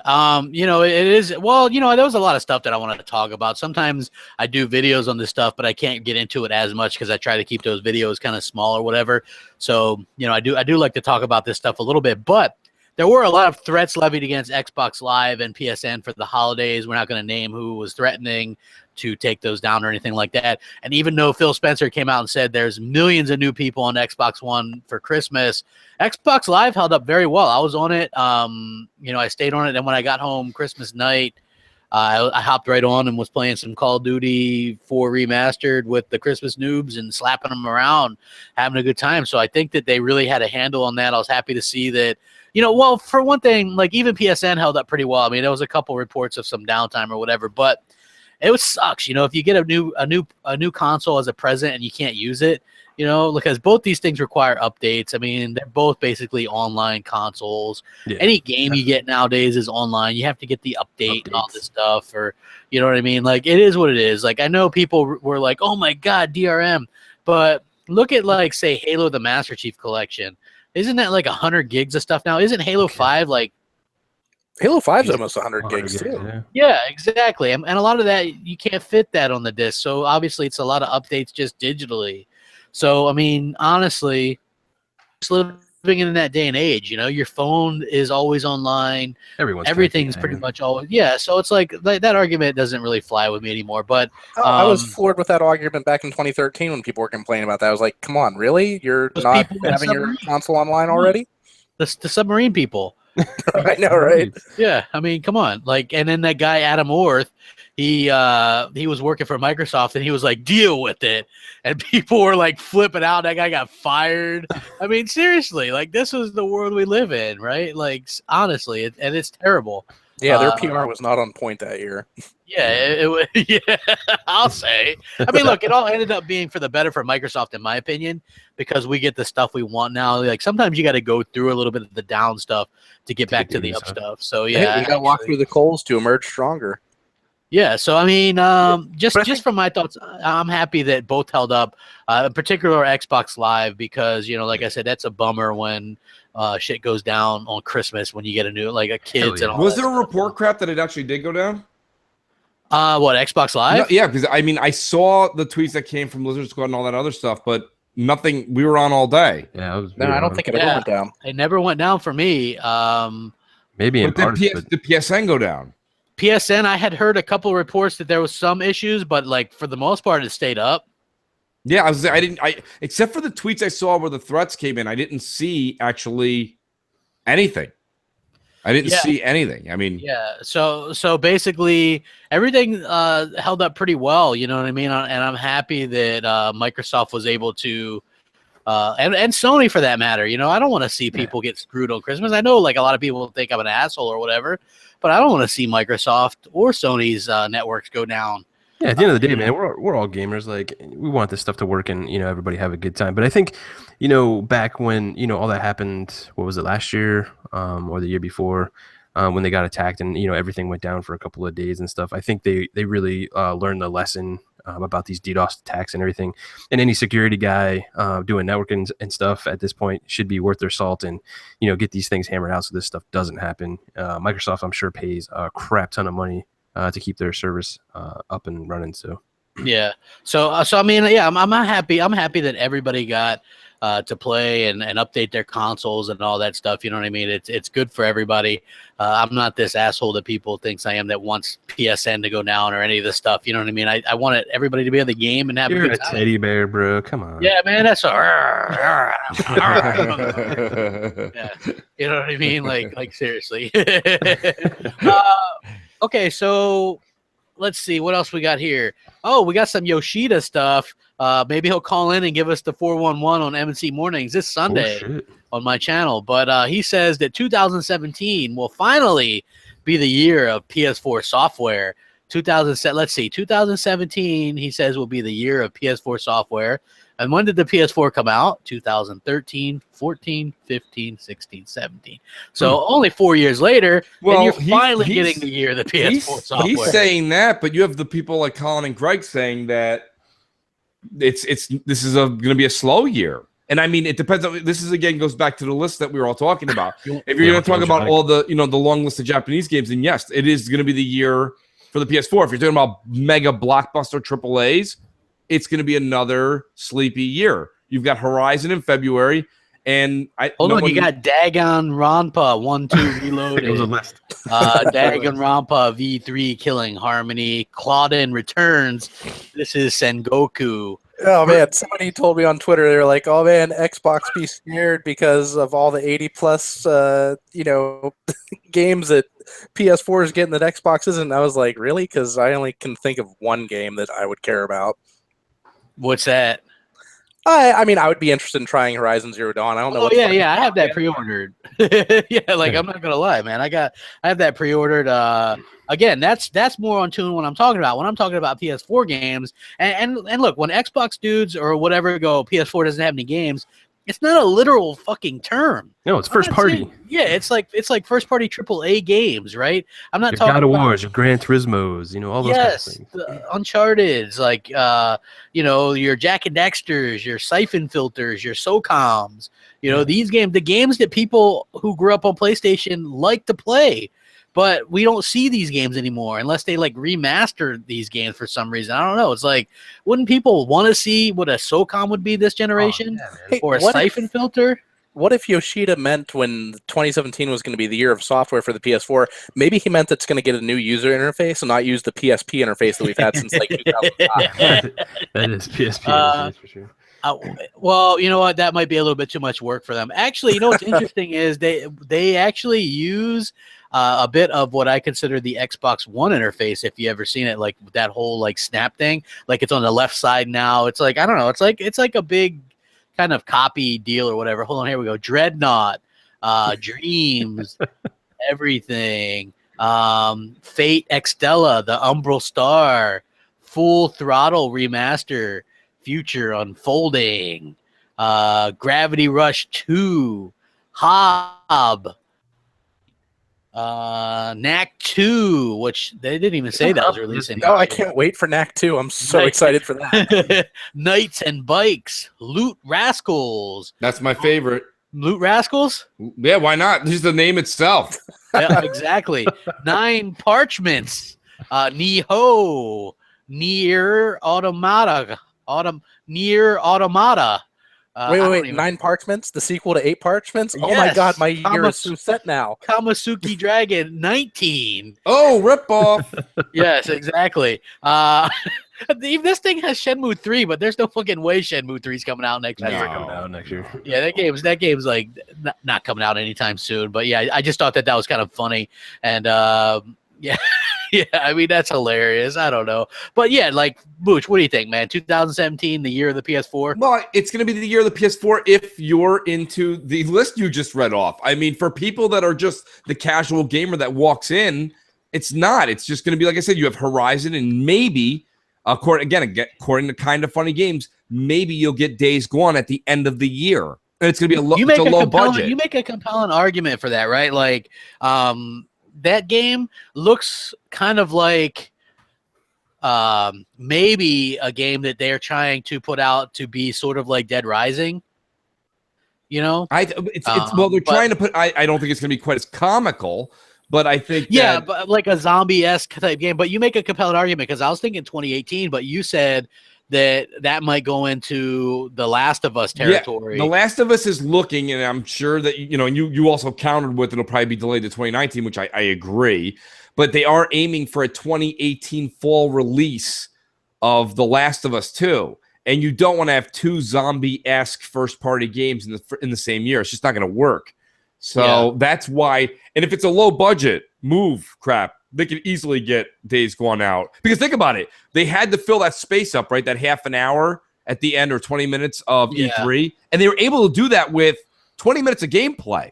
So the game is somewhere where they could release it in another 9 to 11 months from now. Yeah, I mean, look, let's say because I have a PS4, right? I would love to have a handful of exclusives that I could actually play next year. That would be great. And here, the God of War developer said he played through the entire game. So that might be actually further ahead in development than we thought, which, again, I'm a God of War fan. I'm interested in this game. So it would be one that I get. Now, where would this fit in with if they release Days Gone as well? You know what I mean? I think that'd be probably a pretty solid lineup. Sony might need a really solid lineup in 2017 because Scorpio is coming out, and they're going to probably come out with stuff. Like how are you going to combat this? You know what I mean? You're going to have some quality exclusives. Like if you go back and look at the Wii, when that used to go up against the 360 and PS3, how did they beat them consistently originally early on? It was because they had really good games out. Like I know a lot of people don't look at the Wii as having really good games, and I always disagree with that. I always say look at Mario Galaxy 1 and 2, look at Metroid Prime 3, look at Smash Brothers. Like I mean, they had some really good games on there, and so whenever like new hardware would come out or something big would come out, they would just release like an onslaught of like exclusive games. So Sony might be thinking the same thing. Like, how are we going to combat Scorpio? Well, hey, why don't we put out Days Gone, God of War, and Gran Turismo and do a decent holiday for once? I mean, that would be a solid lineup. Yeah, like that would be a pretty solid lineup in my opinion. But like God of War is that far along? I mean, yeah, he says he played through the entire game, but what does that actually mean? Is that like a super early alpha? That still is like a year and a half, 2 years away with finishing assets and optimizing and all that. Yeah, what? Yeah, like I don't know. A lot of people were jumping on this like, oh man, it must be really close to being done. But you're right. There's like this isn't even in the test phase yet where people have tested like QA and all that. Yeah, it's like I think there's 6 months to a year of that. Like I wouldn't bet on this game coming out next year, but like if it was going to release this year, crap, like they'd be like January, February in the like QA and like finishing up like optimizing. I don't even think they're at that point, man. Yeah, I mean, but Sony has to have something big, right? I mean, they have to have something to combat Scorpio, right? I mean, look, Spider-Man, right? I mean, maybe. I think Gran Turismo is a given. I would hope that it's going to come out in 2017. Yeah. Well, yeah, Gran Turismo will, but I'll argue this all day. Gran Turismo is the least relevant franchise that Sony has right now. For the one thing, this isn't even a typical Gran Turismo game. It's like this scaled back esports type online weird type game, and it's got the least amount of content of any Gran Turismo game.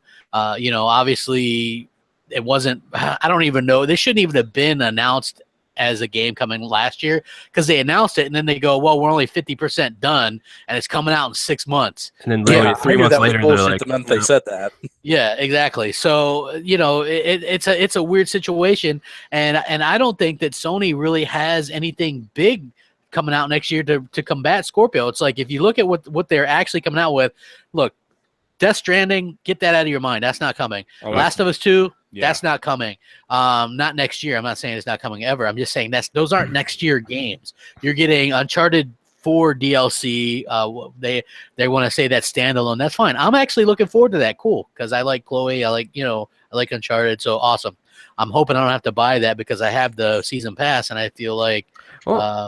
I know it's not first party, but like we go back and forth with like Destiny 2, like who's going to get the marketing and all that kind of stuff. Yeah, I mean they can make for that. Like, yeah, that's a good point too. Like here we are, guys. We're going into 2017, and Sony has marketing, or they had marketing. Well, they still have it on Call of Duty. Battlefront 2 is coming out next year, right? And we have Star Wars Episode 8 coming out. That's going to be huge.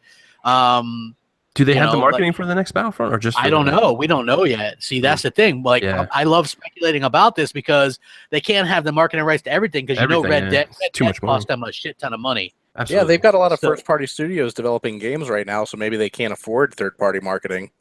Destiny 2 is going to cost a shit ton of money too, man. Like, what if Microsoft pulls a reverse end-around double Blue Jay, and they're like, hey, we got Destiny 2 rights. Like, you know what I mean? Like, they could do – I think that would be cool. Like, I would be into that. Like, I don't hate Destiny. I just hate that the story kind of sucked. Yeah. You know what I mean? I think the gameplay is tight as hell. I think the multiplayer is tight. I just think that the story is pretty damn awful. Like I remember when I was buying it, remember when they first showed it off and they're like this really interesting story and they're protecting this orb thing is protecting the people and you're like, holy shit. Yeah. I was like, that sounds amazing.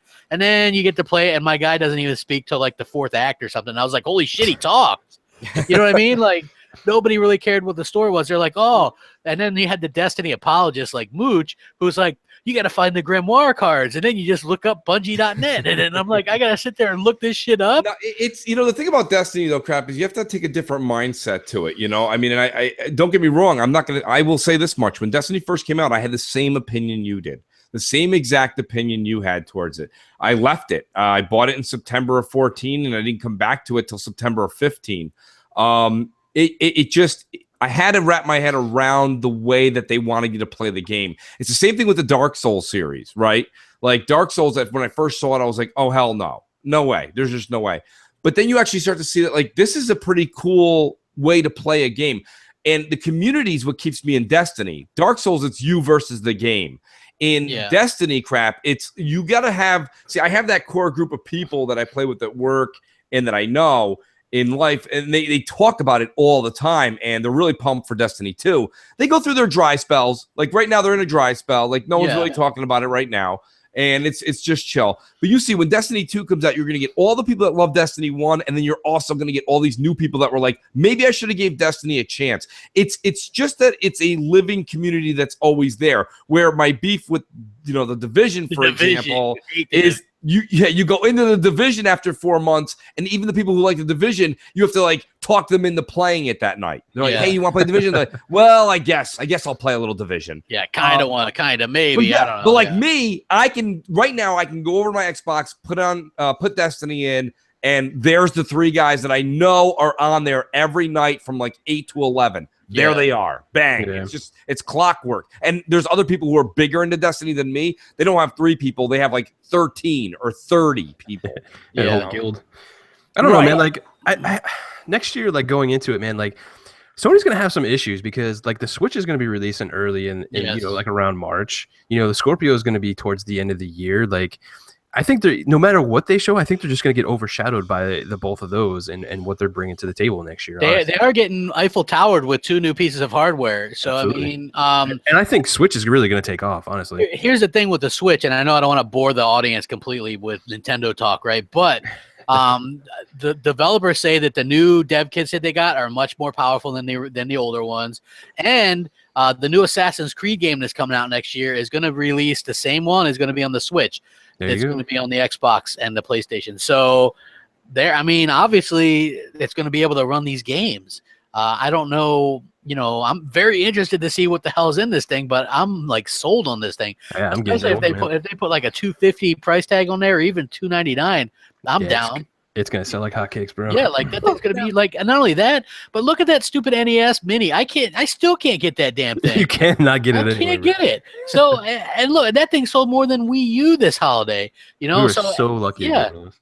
You were, because you're like, I waited in line, and I was like, oh, son of a bitch. Yeah, so like I've been wanting one like since they announced it, right? Because for one thing, it has HDMI, so you can like it's easier to record stuff or whatever. But plus, it looks better or whatever. So I was really looking forward to that, and I still haven't been able to find one. And they're already saying, like when that launched, they're like, well, we have limited numbers, and they're saying the same thing with the Switch. They're like, we're only launching with 2 million. Like that's a pathetic amount for a console. Yeah, I hope they bump that up too. I would hope so, because, and I do think you're right. I like Sony could be the odd one looking out, and I know that's so weird for me to say because they're in such a powerful position right now. But if you look at it, the Switch is coming out early, and Sony really will need exclusive games to set it apart, right? And if they get more delays and things like that, that's not good, because the Switch launches early. Then you have like the middle of the year where nothing comes out, and then you're gonna have Scorpio. In the middle of the year, crap. Sorry to cut you off there, man. Like they're gonna have like the Switch comes out early, and then a couple months later, it's gonna be into E3, which Switch is probably gonna show even more games that are probably gonna come out later that year, because I'm sure they're still working on stuff. So you're gonna see that too. So people are already invested in the Switch, and now they're gonna get games on the holiday. Scorpio is gonna come out, so you're gonna see all those games and all that kind of stuff. And and Sony's just gonna be like, oh, well, what the fuck? Well, Sony got left in the wayside because they released 3 pieces of hardware within like a 3-month period. So now they have nothing left to launch next year. They have to have good software to support their system. Yeah. And so, and then you're going to have Scorpio, which is going to come out obviously later in the year. And that thing's going to push with, like, I can't imagine what it's going to look like with stuff like Crackdown 3 and Scalebound and these types of games, and not only that, but that they're going to have stuff ready to go. They're going to go, and if you got Gears 4, that's getting 4K patch. If you have Killer Instinct, 4K patch. If you have Forza Horizon 3, 4K patch. If you have this, 4K patch. If you have Halo 5, 4K patch. You know what I mean? Like they're going to have all this shit ready to go, because Microsoft does stuff that way, where Sony, they were like, yeah, developers are going to go back and back patch it if they want. Like Microsoft is going to have all this shit backwards and ready to go, because why? Because their stuff is already on PC anyway. You know what I mean? So 4K patch ain't nothing. And Yoshida was saying like, it's going to be the software for the PS4, but he didn't really specify what software though. Like what about like all the PSVR? Like we all know they put a shit ton of money in developing, the PlayStation VR, and I don't think they're not going to not support it next year. So what about all the games what if their software they're talking about is mostly just for PlayStation VR next year? Yeah. And that's true, because if you look at that list that I'm looking at, right, like the PlayStation games, there's PlayStation VR games on there as well. Like those are part of the list. And I always complained about the list anyway, because I think the list wars are stupid. Because if you ever notice, the PlayStation guys do these lists, right? And we all seen them, and I was reading them off and whatever. And it's like they throw whatever they can on there. Like if it's an indie, if it's a remaster, if it's a remake, if it's a Japanese game, no matter what it is, they put it on there. But then when you look at the Xbox ones, they only put like the AAA ones on there. You know what I mean? It's like it's such like a two-way street in reality, but to them it's like whatever they can do to make the PlayStation look better, like it has more. But if you're just looking at a list and like somebody's like, hey, maybe this is a moochism, I don't know, I got to take up the slack, and they're like, hey, here's our menu. Here's our menu. The number 1 is dog shit. The number 2 is cat shit. Number 3 is pizza. Number 4 is dog shit. You know what I mean? Like you're gonna get the pizza. Like you don't want the dog shit. And don't forget about all the I'm gonna slowly undress this Japanese-looking anime girl in VR, because that's like, who the fuck wants to buy something like that? Well, you know what? The funny thing is, right? Like if there were all these gamers out there that actually love that kind of shit, the PlayStation Vita would have sold like hotcakes, because that's all that's on that console is like a shit ton of those Japanese games with like the anime people or whatever, you know what I mean? It's like that's what you see on there. So we know that didn't sell like hotcakes, except for where? In Japan. So outside of that, I don't think there's a big market for those types of games. I'm not saying that there's no decent Japanese RPGs or anything. Titles, they're not going to Yeah, sell they're very millions and millions and millions. Exactly. Well, So Final Fantasy 15 is doing pretty well. So what? there is a market for Japanese games. They westernized the hell out of that game. You're driving around in a car, with your cell phones, taking selfies and shit. I mean, how much westernized do you get? You know what I mean? That's a good point. Yeah, it is that's my first mainline Final Fantasy game, and I like it. You know who else is playing it on my friends list who I never thought would be playing it? Zaire. Oh wow. Yeah, he's been playing it like all day. Oh, he's been playing it. He got his first Final Fantasy game, I think, and he's been playing like all day. So yeah, like that game is different, and because of the westernized thing. Hey, we're almost at 300 likes, guys. We got like 460 plus watching. Come on, hit that like button. Give us that like for the this is the last one of the year, man. The year kind of flew by. Absolutely. Pretty damn impressive. So these developer said, more bad news for the PS4 Pro. The CPU isn't the only bottleneck with the Pro, but the memory bandwidth is as well, which is something that I brought up a while ago. If you look at the memory bandwidth of the regular PS4 to the PS4 Pro, it's only slightly improved. And he says that that's a real bottleneck with getting games out in 4K or doing like the better frames per second and things like that. And so you're going to see a lot of like the half kind of ass attempt, or he didn't say half-ass, but I'm kind of paraphrasing, but he's saying that it's not really typical of being able to do like the native 4K stuff, or even for some of the smaller games would have trouble with it because of the bottlenecks and things like that. So and Sony knew that too, because I mean that's why they came up with the whole checkerboard rendering and all that kind of stuff too, because they knew the newer games and game engines weren't just going to be able to play for like 4K native on that machine. Yeah. So, I mean, it's very interesting to me because, again, it's developers. Like, when have we ever heard at the beginning of the generation, no developers ever came out and said anything bad or negative towards the PlayStation 4? And now it seems like we're getting a lot of negative towards the PlayStation 4 Pro. Like, at first, when this thing came out, I was like, well, this thing could be a real game changer. We'll see how it goes.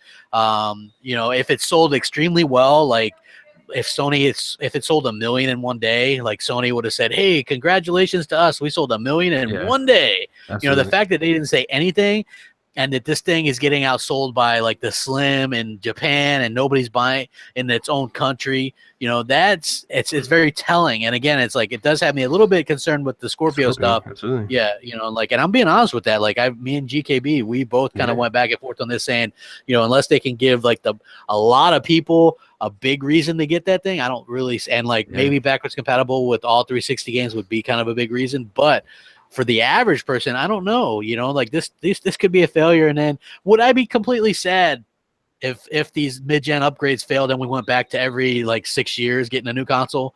I wouldn't be sad. I'd be like, cool. I would be fine with that. Yeah, exactly. Like I remember when we first heard about these things, I started getting information about it. I was like, this sucks. I was like, I don't want to, I don't even buy a phone every year. It's like and those you take everywhere. Consoles are just like luxury items.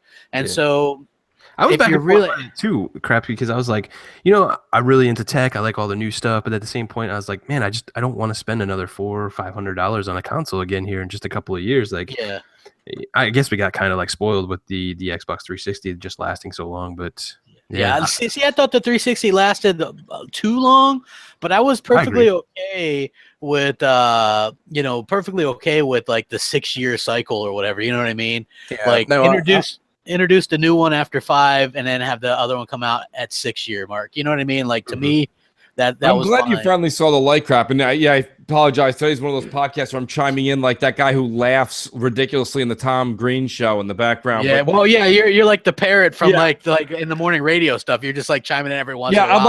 like Robin. I'm literally like Robin Quiver. I'm literally like Robin Quivers being like, Howard, wait a minute. But you did see the light finally crap, which was pretty cool. I mean, you for a while were like, no, I want this generation to go 7 or 8 years. And now I think with just the way technology is going, not just with consoles, look at TVs. I mean, there's people waiting to pull the trigger on a TV purchase because they don't know what's going to come out next year that might be better, right? I mean, there's a lot of people thinking that. 4K is in right now, but a lot of people are finding out that 4K OLED next year is going to be cheaper and better lag time. You know what I mean? Yeah. So lag input, excuse me. So hey, I got to say that the Samsung KS series is really good, though. It's nice, isn't it? Yeah, I want some of those so bad. Yeah, it's really well. I pulled the trigger on that. I was like, I treated myself to that. I was like, I'm gonna get that. I actually ended up with two, a smaller one and a bigger one. My wife told me, she said, well, we're planning on buying a new house in the spring. So once I get the new house, then I can buy a new TV. So I'm counting down the days to closing on a new home. Well, I started go, and I was like, I was so kind of slow with the transition to HD from regular def. Like when I got my 360 in 2005, I didn't get my first HD TV till 2007. So, that was the first couple years there while I was playing my 360 on just a regular, like flat panel, like TV. It wasn't HD or anything. So. No, me too. I don't think I didn't get my first HD TV until the Christmas of 2006. Yeah, and, so I was so with 4K I was like, maybe I'll be on the cutting edge for a change, you know what I mean? So I was like, I'm going to upgrade to that now, and that way, like Crapgamer the trendsetter. Exactly, so I have an S, and I've got like some 4K Blu-rays, and I got to say, like, there's a big difference between, like, even if you download, say, a 4K movie or something and then play it, there's a big difference between actually having a 4K Blu-ray and playing it. Like, it's so much better looking, and like it's not compressed, and it sounds better. You know what I mean? Like, I'm sure the bit rate that you're going to get from a 4K Blu-ray is a lot better than what you're going to get from Netflix or streaming. Yeah, so it's like so much better. Like, if nobody else is doing anything here, I can stream. I was streaming some Hulu in 4K. I was watching that 11/23/63 show, which was really good. And I was watching that in 4K, and I was like, damn, this is really good. But like, you can still see some pixelation and stuff, and that was always kind of like an issue for me. But yeah, like the 4K Blu-rays, phenomenal. Like, I was watching like Suicide Squad and stuff in 4K, absolutely amazing on the S with that. So I think it's absolutely phenomenal. And so yeah, I made that jump, and I was like, I'm gonna go ahead and jump into the 4K world. I'll be set for a little while with TVs or whatever. I got good deals on them. So, I'm looking forward to like the Scorpio stuff, and I'm excited to see what next year brings with the tech stuff. But I'm like you, GKB. I'm like, Scorpio. I'm gonna get it, but is it the fact that that's the thing is like, is it gonna be worth the money at that point? Like, because I keep going back and forth. I'm gonna get it day one, but I'm just like, if it's cost like $400 or $500, like we don't even know that yet, but. Is it going to be worth my investment in the long run? Well, I mean, was the Xbox One worth the investment in November of 2013 when a lot of the games were still coming out on the 360? I mean, I bought the Xbox One when it launched because I wanted to be on that cutting edge. I wanted to get the best for, what I could display for what a game was developed for. So I think that for anyone that wants to be on top of the game, the Xbox Scorpio will be worth it. For anybody that wants to wait it out a year, you'll probably get it $100 cheaper the next fall when they have a Black Friday sale. But that comes back to like my argument of, I guess, what is considered like cutting edge to you? Because, I've played 4K, 60 games on PC and all that kind of stuff. And I don't think it's going to be ultra settings on the Scorpio. I think, I guess for me, the Scorpio is gonna be the cutting edge because I haven't been a PC gamer for a long time. So if I had the time and the money to invest in building a nice gaming rig, I would totally do that. But from what I remember when I was a PC gamer, that was when I was in college. I was going into my room to kind of get away from my roommates because when I wanted to be social with them, I'd play on the PS2 or the GameCube that we had out in the living room. But then most of the time was spent gaming on my PC. Now that, I'm older, I've got a family, I like being out in the living room. So, and I know a lot of people hook their PCs up to their living room TV. That's perfectly fine. I'm not saying I couldn't do that, but I would rather just make a one-time investment in the Xbox Scorpio, not have to worry about upgrading it 2 or 3 years later with other components. Yeah, no, I totally get that argument. Like, and I agree with you. Like, sitting on the couch chilling. I'm a console gamer, like, true and true, but I'm just talking of like what we see with the Pro, from it upscaling to 4K, it's still the base game from the original PS4. There's no difference in graphic fidelity like whatsoever, and that's kind of where I'm going with it. Well, and I think a lot of that has to do with the short-sightedness of Sony. They didn't really change a whole lot about the system. They doubled the GPU power. They didn't worry about the CPU.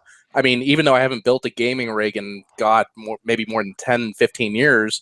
Like, I know that just upgrading the GPU without changing the processor and the motherboard and the RAM and the memory speed, that's not going to give you a big improvement. You're going to get, a slight improvement, but it's not going to be huge like what you want to see from a $400 or $500 purchase.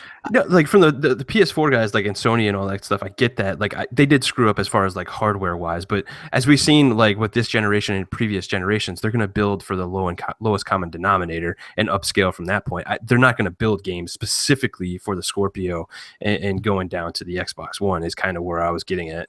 Yeah, no, I get that. And I think that, you know, that's still up in the air. We have to see what they're going to do with it, but I have a feeling that the UWP application is going to play a big part into that, which is going to alleviate a lot of that strain off of the transition from the Xbox One into the Scorpio. At least that's what I'm hoping. You know, we'll have to wait and see. Here's what I'm thinking, GKB. I'm going to kind of take your side on this. And Mike, this is just a counterpoint. I kind of like how you used the 2013 rationale. Because, you know, it was, well, there's a lot of 360 games still being produced. Why did we have to jump? Same titles, actually, as you put it. But the thing is that there was still a graphical, I guess there was kind of enough of a graphical looking jump. Let's put it this way, not in the Call of Duty series, but we saw Rise, right? They dangled Rise in front of us. They dangled Titanfall coming soon, this really crazy IP. And after 8-9 years of the same exact thing, things like Titanfall, things like Rise, things like Dead Rising with 1,000, you know, what are they, NPCs all over the place, were just really intriguing. Here's the problem with Scorpio where I kind of agree. Because we got a taste of the Pro and seeing the little that we're getting from Sony in that world, what is if Microsoft doesn't come paired with a piece of software with the Scorpio? Yeah, if I'm just gonna end up getting the same thing that looks very similar on my television that my Xbox One S is, right, 4-scaled up to 4K versus native 4K at 30 frames, and there's no difference. Same controller, same this, same that. He does have a point until the software catches up with the hardware. Is there necessarily a need? And we talked about this for a few weeks now. Mm-hmm. So I don't know if necessarily the 2013 jump was so big because we went 9 years and then they dangled these few cool things in front of us, which was enough because we were starving. We were starving for new hardware.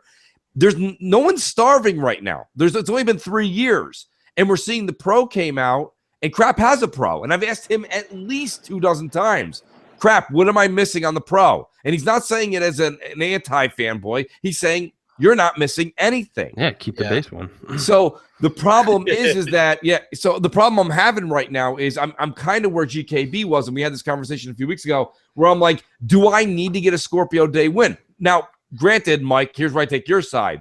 I'm probably buying it day one. Most likely, right? I mean, why not, right? I mean, but I don't count. Microsoft already knows that they have this panels tally. They've already counted us. Yeah, like Phil's like, okay, Crap's getting one, Tim Duck's getting one. Yeah, if you have your own restaurant, Mike, right? You're not going to say, geez, I just opened up. I went on Super Bowl if my aunt and uncle are going to order a pizza from me. You already counted them. Yeah, you need to make sure that your neighbors around them are going to order the pizza. So, or whatever. So my point being is just that you have to have a little bit more than just this amazing 6.3 teraflop piece of hardware. We need something. That's why I said you have to show us on day one that Gears of War 4 will be 60 frames single player. You have to show us on day one that we're going to get Crackdown 3 and it's going to be insane looking and give us 60 frames on it. You know, and that's where they run into a problem. They're supposed to have this parity between Xbox One S and that. I think they can do that, but they're going to have to show us how. Well, and that's where you have to rope in the casual. They have to convince the casual market that this is a worthwhile investment. Exactly. I completely agree with that. Exactly. But did they actually jump on this, though, more or less because they've heard, who's that? Yes. I wonder, I know, right? I finally got my computer back. But when it comes to the Scorpio and all these systems in between in such a short time, could this actually be all of our fault? Because they do tend to listen to the consumer, and the big part of the consumers right now. What do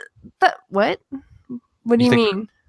Well, because they got destroyed about it's underpowered, and now they're overcompensating. Everybody was all about frame rate and all this other stuff, and everyone made this whole big fuss about that these were not powerful enough, that the Xbox One was too far behind. Phones are updating nonstop. You have laptops that are updating, PCs are updating nonstop, and people keep comparing consoles to these, and I think that's where the developers of these consoles are like, well, okay, we need to give them something. We need to give them something new because that's what they want. But I hear what you're saying. I mean, we're causing this problem. Yeah, if it wasn't for Digital Foundry saying like, "Oh, this game's 900p versus this game being 1080p," we probably would never know the difference. But I don't blame the consumer. I don't even blame the biased media when it comes to that. Part of me blames the economy back in 2007, 2008. Mooch's bias sense is tingling. So you see the biased media too. Oh, of course I see how could you not see the biased media? I mean, there's no such thing as an unbiased media right now. Your new best friend, Mooch. I know. Well, listen, it's out there. I think enough people now are starting to come to terms with it. I mean, anyone that can read can see that this is happening. There's nothing positive that ever comes out in Microsoft's light. And then even after Microsoft comes out and says, we're going to have the most powerful console ever last June, it immediately was like, do we need it? Who has a 4K TV anyway? I mean, the narrative changed in hours. Hey, look at Digital Foundry. They're like, we're not even going to focus on resolutions next year. Right. That was their thing. Yeah. Like, seriously. They're like that for real? Yeah, they're like, we're going to be more focused on, I forget what the hell they said, but it wasn't resolutions. Well, they just don't want to upgrade their software to be able to count 4K resolution versus 1080p. So, I mean, they're just trying to cheap out on that. Because, trying to count all those little itty-bitty lines that they count is just they're so probably hard. getting sick and tired of it. Yeah. They ain't going to be able to say Sony's better than Xbox, so. It's my whole thing about, like, the whole hardware and everything that they're doing with it. We hear so many people complaining and they see this. Obviously, they see and hear this. Now, we don't officially know if the Scorpio is actually targeted to casual gamers or if it's actually going to be more focused on just the hardcore gamers. And if it's focused more on the hardcore gamers, then yes, they're hitting the right target for that individual product. Which Are is they, though?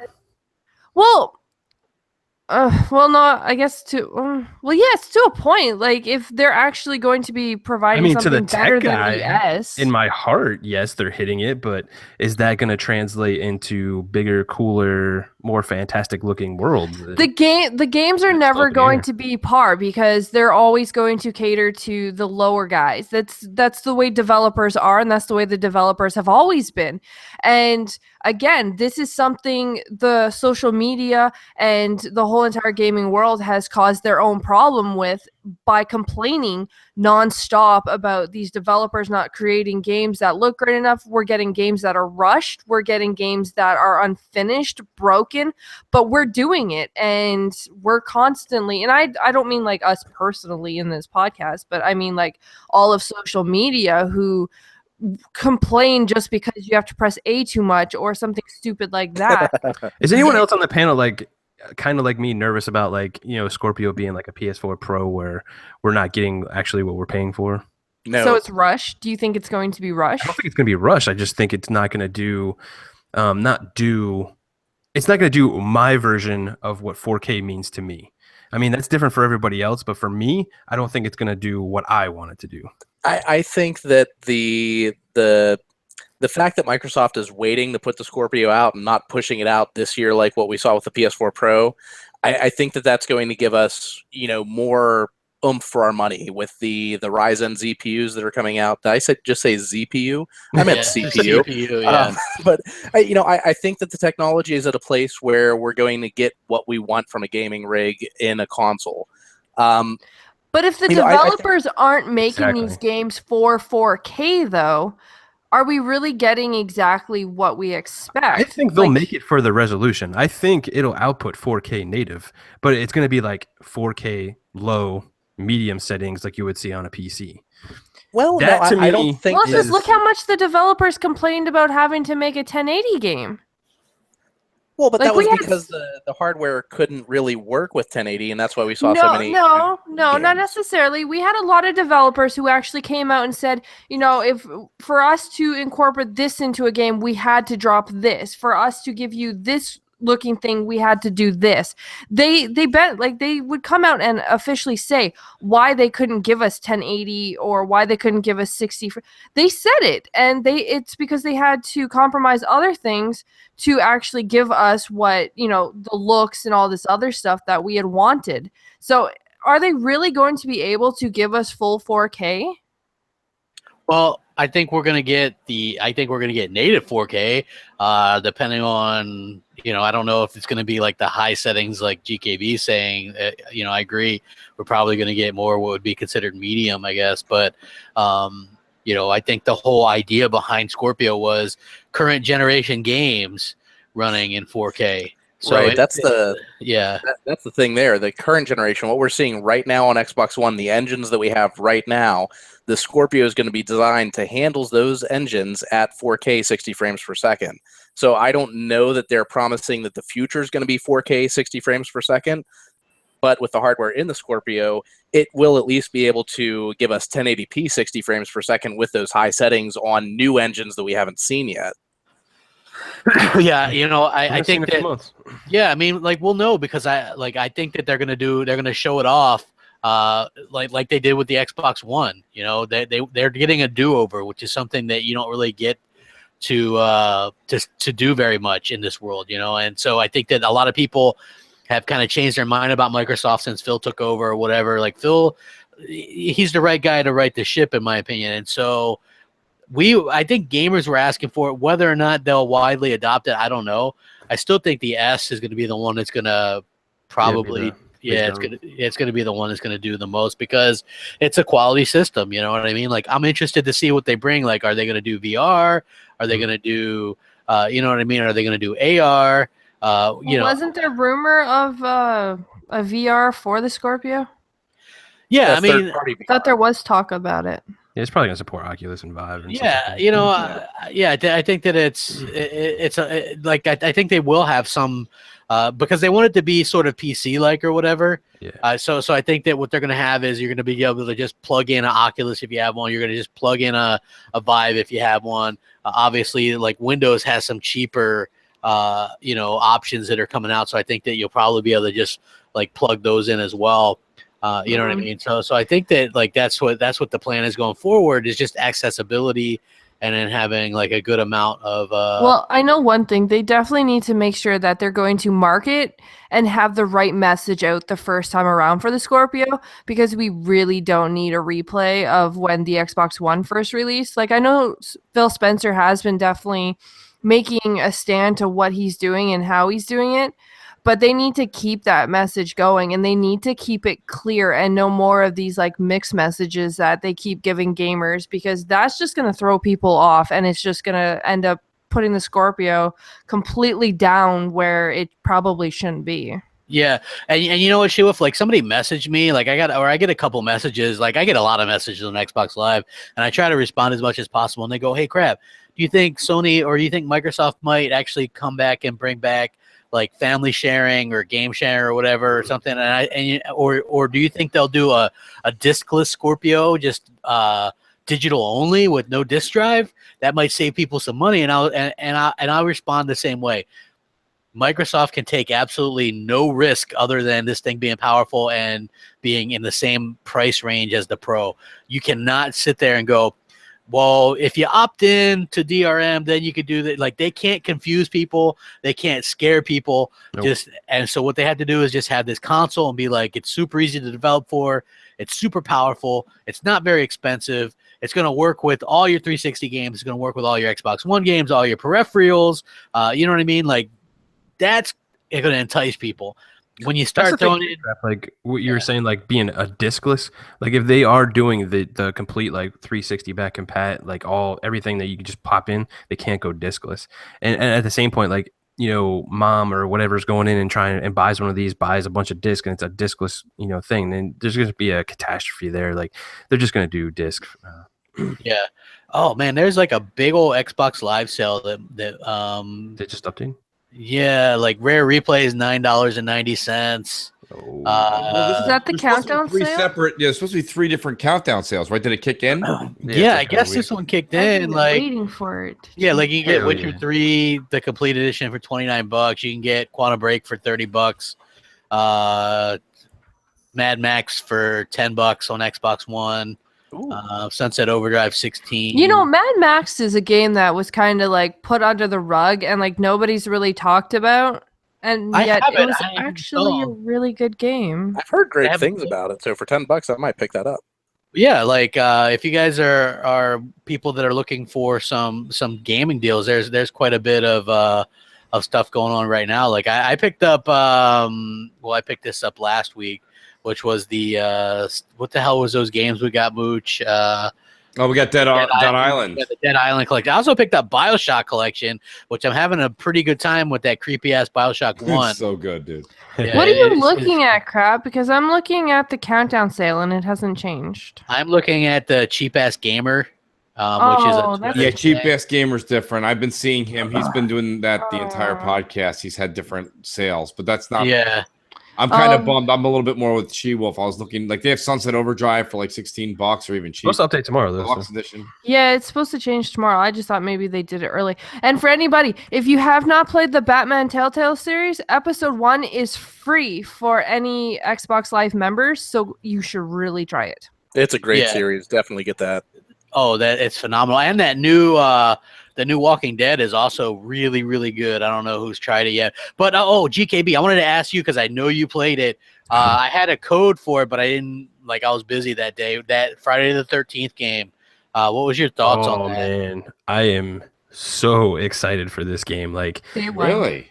Like She-Wolf can attest, like I played it and I was just dying laughing and just having a phenomenal time. Like it is so terrifying when you're not Jason and running around because he has these powers that he can kind of just appear out of fucking nowhere and just like straight wreck you. So you're just constantly just tense and just running for your dear life. How do you beat him? How do you win? You just got to survive for the 5 minutes. It's like hide and seek then. Yeah, it's a creepy, terrifying hide and seek. It will be like an amazing community game. Oh my god! And when you're Jason, the kills and everything and the assassinations are absolutely satisfying. Like I was laughing so hard because you can hear people in the mic and they're like, "Oh shit, Jason's coming!" Blah blah blah, and just freaking out. And then I grab them and like crush their head and stuff, and they're like, "Fuck," and it's just, it was. Oh my god, bad, it's hilarious. It's gonna be so good. Hey, you guys, you can get Rise Son of Rome for $12 right now. I'm just saying. Actually, it's $9.90 with Xbox Live Gold. Get that. Yeah, if you haven't played Rise yet, $9.90. I think that is a phenomenal game. It's got still one of the best looking games this gen. It is. It's absolutely phenomenal. See, like these are like deal. I don't know if these are the updated deals because these aren't shown on Xbox console itself, but these are the ones that they're like tweeting out. So these are live as well. So even some stuff on 360 that's backwards compatible, like Catherine or Killer is Dead. Witcher 2 is $4.99 right now. Yeah, that was actually free during the year. It was like Microsoft gave out a lot of free stuff, but again, people don't really give Microsoft its props. Hey, 430 some watching. Go ahead and hit that like button. We came damn close to hitting 500 tonight. I was pretty impressed. And you almost got 400 likes. Yeah, almost. Come on, let's get to 400 likes before the end of the show, folks. Hell yeah. Yes, hell yeah.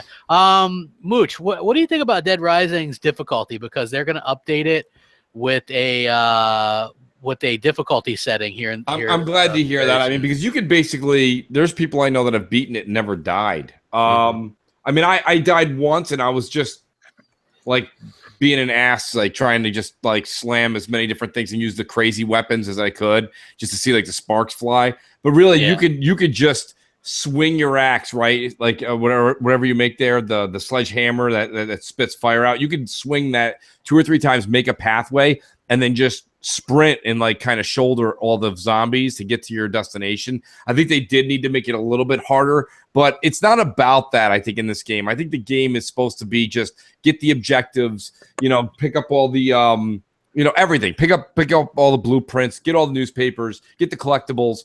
But I don't know. I'm actually happy they're going to put if they're going to put a difficulty or make it harder, whatever they're going to do. I think that would be cool. Yeah, you know what? Like, I liked it. I beat the game. I think that it wasn't. I don't think that it was hard. I think I died once or twice. So I don't think that it was. I think it was. I don't think it was easy. I don't think it was hard. For me, it was pretty much just right. But I do think that people that like harder games, that's a great option for them. You know what I mean? I think that's really a good option for them. Like for me personally, I was like, this is perfect. I know there's no setting in there, but like I'm usually a guy that just likes to play through the games, get through them as quick as I can. You know what I mean? Like I don't got time to. That's why I don't play Dark Souls, man. I don't have time to backtrack and go get my stuff and die I don't to play this because guy. I die all the time. Man, Yeah, you guys, I don't know if you guys know this or not, but like you can on Dark, I can't speak for the other ones. I know you can do it in 2 as well, but if you play in Dark Souls 3, you can play with up to 3 or 4 people. And like I'm going through with Scythe Effects, and Scythe's awesome, and it's still very challenging. It's still very challenging. The great thing about Dark Souls is that, like, let's say if like I have a level 145 character, and let's say you summon me into your world and you're only level 30, it downscales my stats to match with you. So that way it still gives you that gameplay that you need, not just letting the helper come in and just own everything right on the screen in front of you. Yeah, Right. True. Like I don't know, like I play. Although I was kind of proud of myself when I got the Arkham collection, the Batman Return Arkham collection. I actually played Batman Arkham Asylum on normal, which normally I'd played it on easy, and I had no problems with normal. I was just like, you know, because I'm just so used to playing that game. I remember beating the Game of the Year edition on 360 right before Arkham Knight came out because it's a different set of achievements, and I beat it on easy. And I remember thinking I could definitely do that on normal. So when the Arkham collection came out, I played it on normal and kind of went through there. So I was like, hell yeah, I did it. Yeah. You know what I mean? Like, I don't know. I thought it was pretty cool. But yeah, like this sales that have been going on have been really insane. I picked up the Star Wars Battlefront season pass, and I have to say, what's so weird is that game is so much fun with the DLC. Like way better than the base game. Like I think that sucks that they have to divide the audience like that. But like they have the Rogue One DLC on there where you're fighting on Scarab, and that is absolutely amazing. I think that is that is amazing DLC. Like I picked it up for $20 or whatever. So I was like, me and Hellhammer were playing that last night during the console corner, and I was just like, this is a lot of fun. You know what I mean? Like there's so many good things going on right now as far as gaming's concerned. And next year looks to be like another phenomenal year. Like I'm interested to see where Microsoft goes, where they don't have that crutch of a new base Halo game or a new base Gears game, you know. There's not going to be either of those. Yes, Halo Wars 2 is coming out. I'm getting it. It looks interesting. Me and GKB are taking on everybody. Awesome. Yeah, let's go, bro. Let's do it. Yeah, you know what I mean? Like I'm looking for, what is that, the Rush mode or whatever the hell it is? Blitz mode, yes. Yeah. I'm looking forward to that because, you know, I ain't got 2 hours to play a game. You know what I mean? Like, yeah, like it gets kind of ridiculous or whatever. So I think that I'm very excited to see what Microsoft brings out, and I'm very excited to see what Sony and Nintendo bring out. I think next year, like as good as this year has been, I think that next year might even eclipse it because we're getting new hardware from Nintendo, new hardware from Microsoft, and a shit ton of games. And that has me very excited as a gamer. And anybody that's a real gamer, like no matter who's you prefer, there's no neutrals or whatever, you got to be somewhat excited for next year. I mean, come on, you know, there's so much good stuff happening. And I know, Mooch, you got a lot of shit going on, so we're going to go ahead and try to wrap it up. It's been about 2 hours, so we're going to do the outros. What you got going on, Mooch? Well, buddy, I got Crossfire. I will hopefully have work stuff situated by Friday, but this week just kind of, I was telling GKB this like last week, like for some reason, generally work is pretty chill going into this week, but because of deadlines and things we have to do in end of January, early February, it has just been like take your work home, and it's just been intense. So I usually take a lot of this week off between Christmas and New Year's, and I've been going to work every single day this week. So it's just been nonstop. It's just kind of crazy. But Fridays at 7 o'clock, my channel, Crossfire, and then we have, of course, the one and only MNC Mornings on Craps channel this Sunday morning, 11 o'clock. We're giving away Battlefield 1, so call in. The Hangover Edition. Yeah, call in and get registered on the Wheel of Wonder because we're going to be giving away Battlefield 1. And that is a really phenomenal game, except Mooch doesn't like it. But other than Mooch, man, like that is a really phenomenal game in my opinion. I think a lot of people like it. I think 10% out of the 100 really love it to death, and I think 90% just kind of I'll pick it up and play it occasionally if you want to, but I don't know. I don't think. I mean, well, GKB, do you really love Battlefield 1?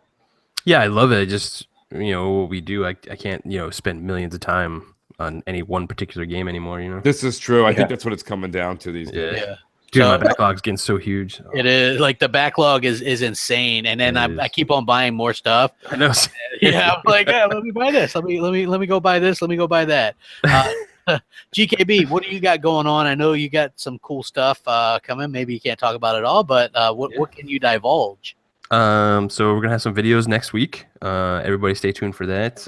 You have to wait to see those. I can't really say what's going on yet, but we're doing a lot of cool stuff next year. We're really excited about it. Be on the Shop podcast, back on the console corner, new year. That's gonna be fun, and then back on Xbox Nation starting the new year too. So yeah. Also, I want to tell everybody they did a really classy award show yesterday. Yeah, it was a great show. It was really classy. So go check out their award show on Gamers Knows Best channel. Fantastic job with that. She-Wolf, thanks for popping back in. I know, I missed part of it. It kind of sucked. Which is kind of funny that you say the awards show, because there's like people that said like we looked like we didn't even want to be there. But yet nobody actually realized how many DMs I was getting. or like one person, but One person who did a YouTube rant. Yeah. Oh. Anyways, but you know what's funny is I couldn't even look up at the screen because my DMs was so full from everyone trying to answer the quiz questions or the trivia questions that like it was insane. Everyone participated and it was so great. And I'm like, congrats give to all away the like winners. 5 games, 2 gift cards, and it was like big shout out to the person who you are who donated a lot of that stuff. We really appreciate it. Yeah, awesome job. Whoever donated that stuff. Great job. I can't say. I'm not allowed. Oh, somebody in the chat is like, She-Wolf, update your shit before coming on next time. Yeah, no Sheesh. shit. Do you know what's Dang. funny though is like I'll like click on my computer to turn it on and it doesn't say that it needs an update. I just automatically get this weird red line that comes up and says you're now updating at this point in time. Yeah, well, it's all good. I mean, Stupid. you were going for some of the hardware talk. No biggie. You probably wouldn't have talked much for that Yay. anyway. Hey, I was doing pretty good. I had some comments in there. Congratulations to Ratchet and Clank for being nominated for Fighting Game of the Year. Shut up! I'm never going to hear the end of that. I screwed up on one video. It's bad. Okay, but anyways, so on Gamers Knows Best, we have a lot of updated videos that are going to be coming out in the new year, and of course, we have some. Console Corner is going to be back. Community Game Time will be coming back the first Saturday in January, so make sure you watch for that and to see what game we'll be playing. We did not forget about all you gamers, so on Xbox Live, make sure you join in on Community Game Night on Saturday, 9:30 p.m. Eastern Time. So, yeah. And Looking you can forward to it. Of course, you can find me on Xbox Live to join that at XSheWolfX with a U, not an O, and then it's the same on Twitter. So Awesome. And Mike, thank you for joining us. Kind of late notice, but I really appreciate you stepping in for Hammer and doing a good job and helping. Not only that, but we had to help carry Mooch a little bit. Now I appreciate it, Mike. Yeah, Mike came on. And he was like, "Geez, I'm looking forward to it. Mike, I'll have to get you on. Actually, if you got time, maybe we'll have you on Crossfire so we can actually bullshit." Like I don't know if I'll listen to this one because I don't like my own voice. So like when I listen to the playback, like it was mostly me talking. Like it's just a lot of Crab Gamer talk. Yeah, you held it together. I never had that problem until this last month. Now I can't listen to all the podcasts I usually listen to at work. And speaking of which, I feel for you, Mooch, because I know what you mean about having to work every day this week. Luckily, I hit my year-end numbers before Thanksgiving, so it's been easy sailing for me all month. Nice. And I've just been slacking off this week. It's been ridiculous. Yeah, man, the office is just crazy, and it's just unusual. I usually have some extra time right now, and I'm finding that I'm not. It's not going to get any easier next week. So yeah, well, what I've learned in my job is my year-end goals are basically whatever I was at the beginning of January. So I don't want to do too much this month since I already hit my goals for 2016. So I want my 2017 goals to be right where they're at right now. Nice. But anyway, yeah, you guys can find me on Console Corner, GKB's channel, YouTube podcast. You can find me on Twitter at Cadus511 or on Xbox Live. Gamertag is Cadus. Feel free to follow me. I'll be happy to interact with you. Oh yeah, and Bam, Def Jam Bam just asked. He goes, "Was Mooch even in the podcast?" It's weird. Sorry, guys. I'll be more lively next week. I promise. It's all good. And thank you guys all for joining us. And we will catch you guys later. Enjoy. Have a safe New Year. Like if you drink, don't drive. Don't do any of that weirdo stuff. And just we'll see you here at MNC Mornings, Sunday 11. Be there. Rag 'em up. Thanks everybody. Bye, guys.